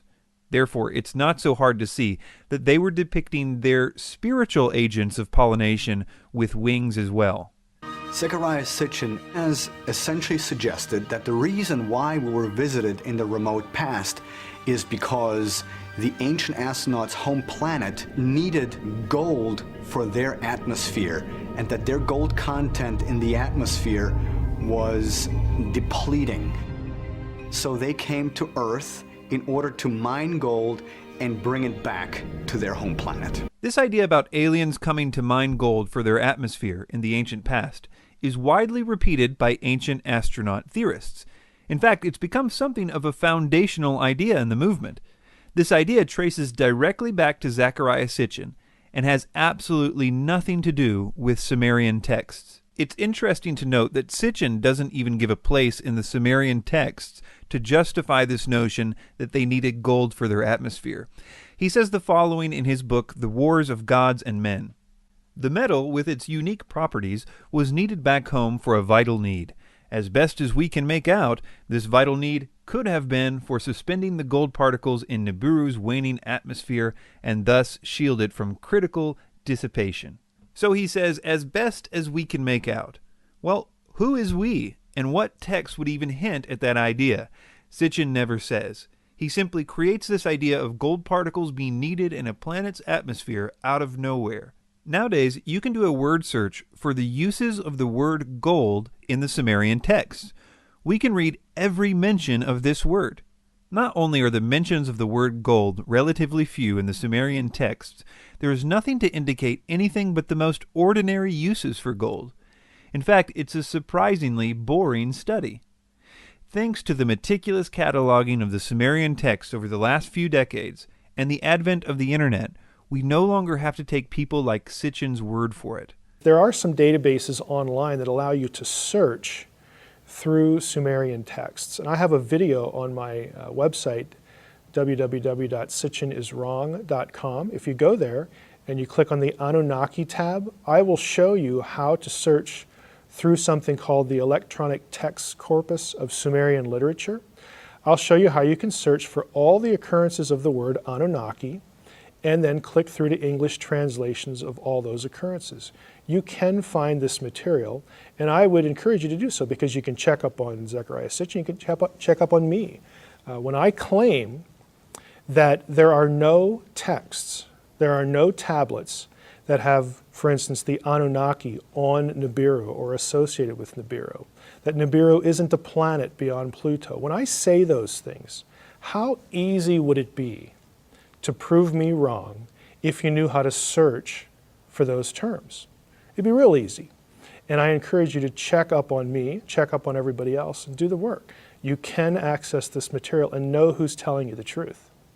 We can finally see for ourselves why the Sumerian scholars have been so critical of Sitchin, not because they're too close-minded or anything like that, but rather because Sitchin really doesn't seem to know what he's talking about. Let me give you an example of how Sitchin comes up with his, quote, amazing translations. Let's take this idea that the Sumerian texts speak of mining gold. Now, since the Sumerian texts do not speak of mining gold in any way, Sitchin has to construct this idea out of thin air. This is how he did it. I'll read from his first book, The 12th Planet. Quote, some Mesopotamian hymns to Ea exalt him as Bel-Nimeki, translated Lord of Wisdom. But the correct translation should undoubtedly be Lord of Mining. In classic Sitchin style, he never gives any reason that the, quote, correct translation should undoubtedly be Lord of Mining. He just says it should be and leaves it at that. Again, we have Sumerian dictionaries written by the Sumerian scribes themselves, and the Sumerians don't agree with Sitchin here. So why should we? I think one way to demonstrate how bad of a translation this is to read a little about Ea or Enki's wisdom in context, and let you see if it makes sense to you as meaning wisdom, or if it really means mining. This is an example from a Sumerian text called Enuma Elish. It says, he who understands all, the wise one, the great one, Ea who knows all that is, perceived the plot, he countered it with a powerful spell. Not only does it describe his wisdom further here by saying, quote, he who understands all, but it also says that because of this wisdom, he was able to perceive the plot before it happened and counter it. None of what we just read makes sense if wisdom really means mining. Here's another one from the same epic. Ea, who knows all things, knew he could not defeat Kingu and the hosts of Tiamat. Here again we see a contextual definition of Ea's knowledge. He knows all again. We see that his knowledge helped him understand that he could not defeat Kingu. These are not isolated descriptions of this knowledge. Ea is the god of wisdom for a reason. Nothing said about him makes sense if his knowledge means mining, or even knowledge about mining. All the stories about him highlight his great understanding, and conversely, there isn't even a hint that he cares a lick about digging for gold or anything else. It's just not there. It requires an ignorance of the Sumerian texts in order to be believed. Let's move on to another claim about the Anunnaki. Virtually every story that's in Genesis, the flood story, Adam and Eve story, they all have precedence with the ancient Sumerians. The story that came down to the Sumerians is that the Anunnaki were mining gold on the earth. And the run-of-the-mill workers complains that this is really hard work and we're tired. We don't want to do this anymore. And so they had a big council. They decided to create a primitive worker called an Adamo. The Anunnaki created humans as a slave species.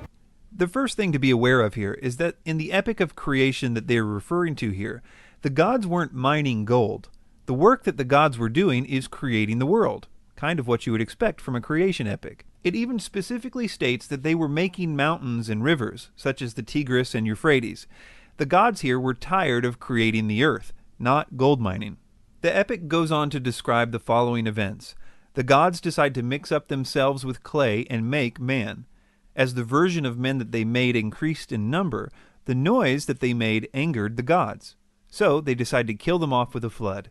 One man is instructed to build a boat, he puts animals on it, it rains for 7 days and 7 nights, and the man and his family are saved. There are many similarities between these Sumerian writings and to the biblical accounts of the creation of man and Noah's flood. Some people think that this is due to the writers of the Bible copying the earlier Sumerian writings. This is problematic because even the critics who specialize in this style of ancient literature say there is no evidence of literary borrowing. In fact, just the opposite. They propose that they must be referring to a common source for the information.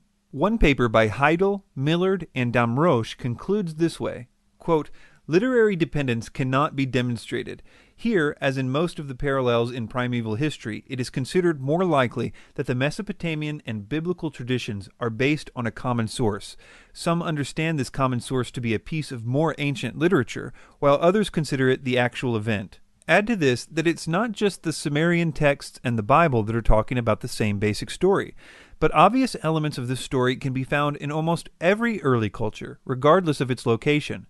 Take, for example, the story of Viracocha in South America. Viracocha created the heavens and the earth. He then took large stones and breathed life into them, but they became giants. So he sent a flood to wipe them out. After the flood, he breathed into smaller stones than the first time, thereby creating smaller people, which were then scattered all over the world. And in the Bible, in Genesis 6, we see something similar. The sons of God disobeyed God. They came to earth, had sex with human women, producing giants called Nephilim.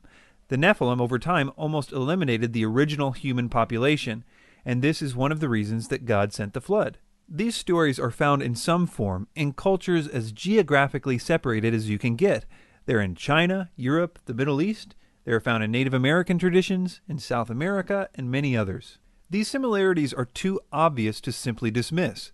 Things like 8 people being on the boat are mentioned in a good percentage of these stories. I personally think that all these cultures are drawing from the same original story, a story that was told only one way, and that as migrations happened from the original group, they started adding in details that were more locally important to them, but that each of these cultures sincerely believed that they were passing on the true account of the origin of humanity to their descendants as this story was told.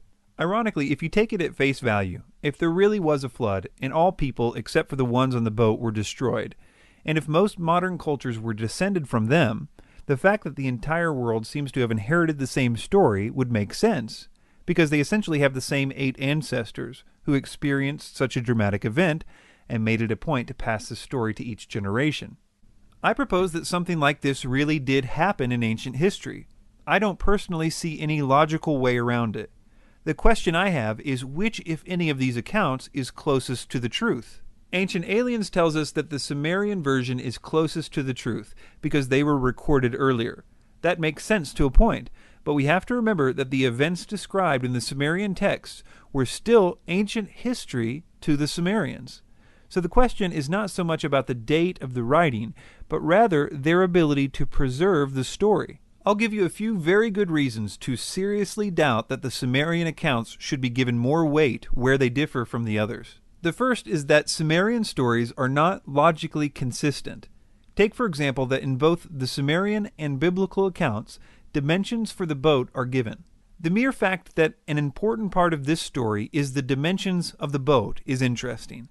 But when you draw out the dimensions, you have on the one hand the Sumerian boat being a big cube, and the biblical one being described by naval engineers as nearly perfect for maintaining stability without hull damage in incredibly rough seas. Another reason not to trust the Sumerian texts where they differ from the others is that, as every Sumerian scholar knows, the Sumerians constantly change the details of their stories to suit the different situations. For example, texts of the same story found in the Temple of Enki will differ from the ones found in the Temple of Vimana, even if they are from the same time period, but especially if they're from a different time period. To quote one Sumerian scholar, quote, "Inconsistencies are a regular feature of Sumerian poetry," end quote. He goes on to say that integration of different texts by the Sumerian scribes often appears somewhat careless. Compare that with the ancient Hebrew scribes, who were notorious for taking their job ultra seriously. They had many rules that governed their copying of their sacred texts. For example, it is said that they would have to speak every letter out loud before committing it to paper. One example of a vindication of this meticulous attention to detail is with the Isaiah scroll found in the Dead Sea Scrolls.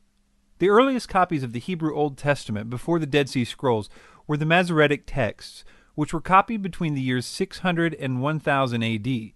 So the Isaiah scroll, one of the best preserved scrolls, would be a way to prove or disprove if their scriptures had been faithfully copied by the scribes during the previous 800 years. As it turned out, they did a flawless job, and the Hebrew scribes were vindicated. So when deciding which texts are more accurate as it relates to their accounts of ancient events, it is far more logical to assume that the group with a tradition of accurate preservation and transmission of their texts should be given more weight than a culture like the Sumerians, who seem to have very little interest in the accurate transmission of the details of their stories. To sum up, Almost everything that Ancient Aliens says about the Anunnaki is untrue, which is not surprising considering they copy and pasted almost everything in this section from the books of Zecharia Sitchin. For more information about Sitchin's errors in his translations of the Sumerian and Akkadian texts, I would direct you to the excellent website of Dr. Michael Heiser, sitchiniswrong.com.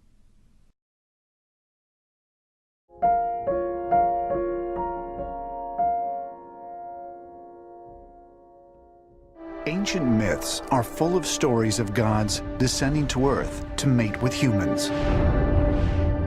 According to many sources, including Norse mythology, Greek mythology, and even the Bible, we have the stories of these sons of God or actual gods from Mount Olympus or Valhalla, and they're coming to Earth. They find the daughters of men attractive.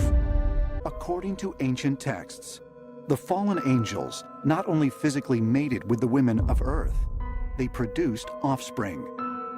The Nephilim, a race of giants, similar to those portrayed in the story of David and Goliath. I pretty much agree with how they start off here. There are many texts from all around the world that do seem to be speaking of the same thing. I also think that because of the eerily similar themes in these accounts, it's not wise to dismiss them altogether as a common idea that you would expect independent cultures to invent. I think this topic is worth looking into in depth. Ancient Aliens seems to hold two contradictory opinions about this issue.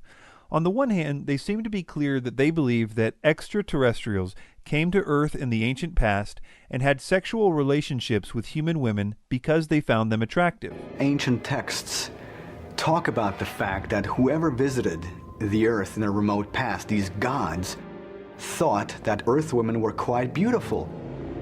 So in many occasions, we find stories where those visitors essentially mated with Earth women. It was misinterpreted, misunderstood as something divine that came here. They were flesh and blood extraterrestrials. When you look at Greek mythology and many of the mythologies around the world, they have these stories of gods coming down from the sky and have sexual intercourse with these humans and, in a sense, create a new breed of human. When all these encounters happened, and when women slept with those gods, which can be found in multiple texts all around the planet, that those women actually had sex with extraterrestrials, not with gods, because gods do not exist. But the view that this event involved lust and sex doesn't fit too well with the ancient astronaut theory. They would prefer the view that what happened was artificial insemination. Today, artificial insemination. That's what happens today. You no longer have to have sex in order to have babies. We have the exact same description thousands of years ago, where women, without sleeping with anyone, all of a sudden became pregnant. The problem is that these texts are so clear that a physical desire for women on the part of the angels was involved. So in order to make artificial insemination appear in the texts, Ancient Aliens stoops to a new low. One of the Dead Sea Scrolls is called the Lamech Scroll. What is Lamech? Lamech was a shepherd. And one day Lamech, his woman, was pregnant. And he said to her, "This is impossible. I was not here for months." But his woman, with the name Batenosh, swears, "No one touched me." But Lamech doesn't believe his wife Batenosh, and he goes to his father, which was Methuselah. And Methuselah says to Lamech, "I can't help you. I don't understand this. I believe your woman, Batenosh, that nobody touched her, and I believe you. So what should I do?" So Methuselah goes to his father, the grandfather now of Lamech. His name is Enoch. Now Enoch tells to Methuselah that the guardians of the sky have made an artificial insemination into the womb of Batenosh, the wife, and he should accept this child because this child would be the father of a new human generation. And in the Bible, this is Noah. They literally lie here. I suppose that von Däniken is banking on the fact that not many people know about the text that he is quoting from, and so they probably won't check his facts. so I guess he feels like he can just straight up lie to people about what it says. Let me break down some of the deceptions in this clip. And one day Lamech, his woman, was pregnant. And he said to her, "This is impossible. I was not here for months." The first big lie here is the idea that the reason Lamech doubted that Noah was his son was because he wasn't there for months, when the text clearly explains that the reason he doubted whether Noah was his son was because of the way Noah looked. Von Däniken just inserts, "I was not here for months," I guess to make it seem like it couldn't possibly be Lamech's son, which is very deceptive, especially considering that in the text, Bathanash, his wife, actually reminds Lamech of the day they conceived the child. And if you think that's deceptive on the part of Von Däniken, you haven't seen anything yet. Now Enoch tells to Methuselah that the guardians of the sky have made an artificial insemination into the womb of Bathanosh, the wife. This is unbelievable. In the text, Enoch actually says the opposite. Enoch clearly confirms that Noah is the genuine son of Lamech. So not only is Von Däniken bold-faced lying here about what Enoch says about Noah in the text, he is inserting the idea of artificial insemination out of nowhere on top of this lie. So you can see that one of the main founders of the ancient astronaut theory has absolutely no problem lying in order to make the crucial link that they need between the Nephilim and artificial insemination in ancient texts.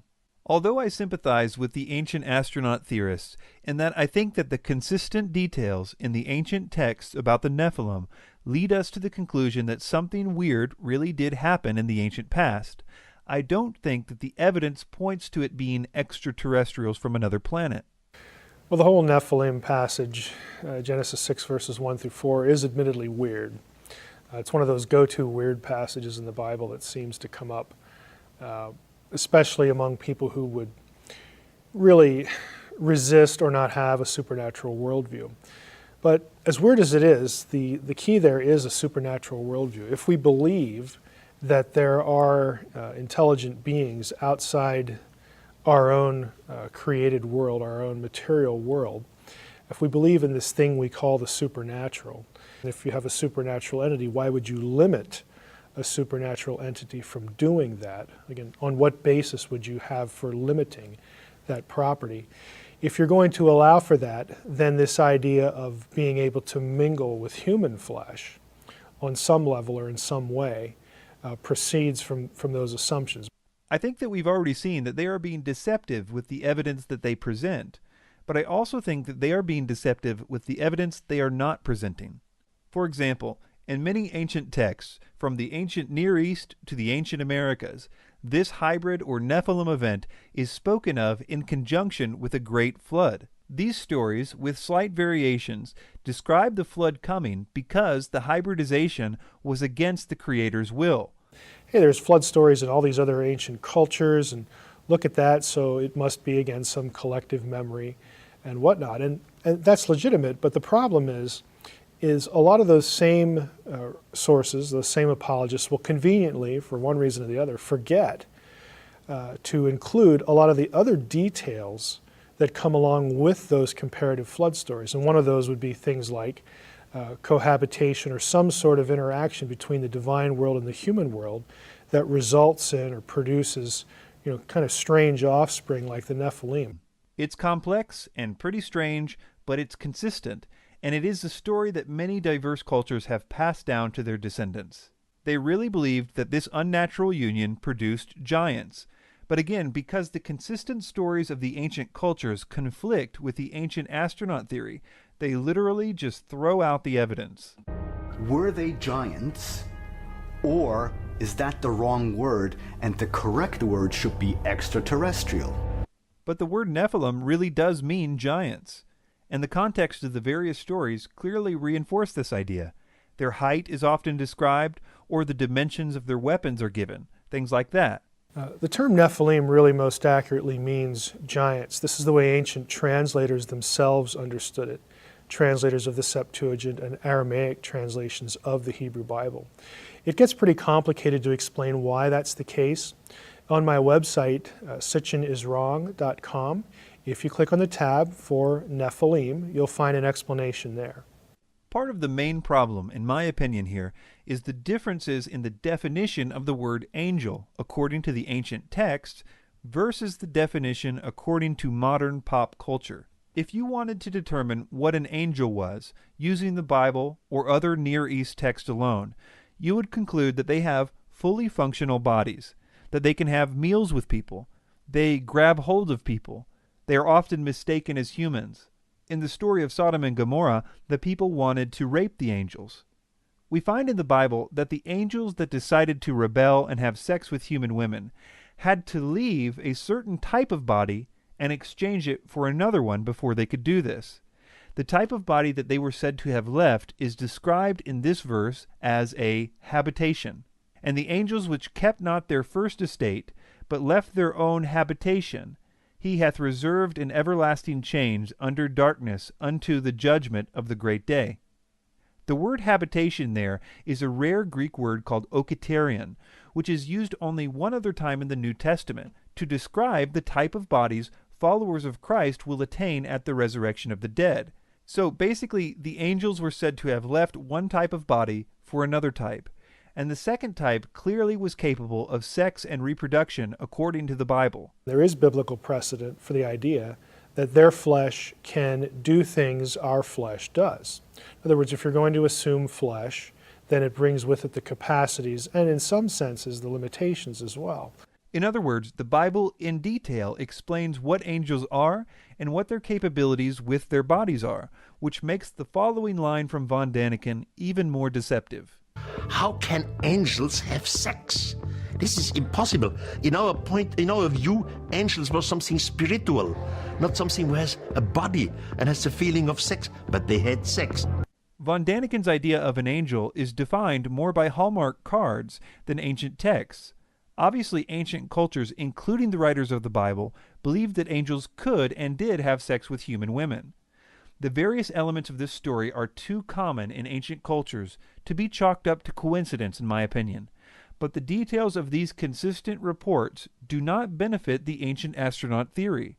In fact, if anything, it supports the idea that the narrative of the Bible is true, or at the very least that the specific details of that narrative was believed by cultures as geographically diverse as the Americas, the Middle East, Asia, Europe, and Africa.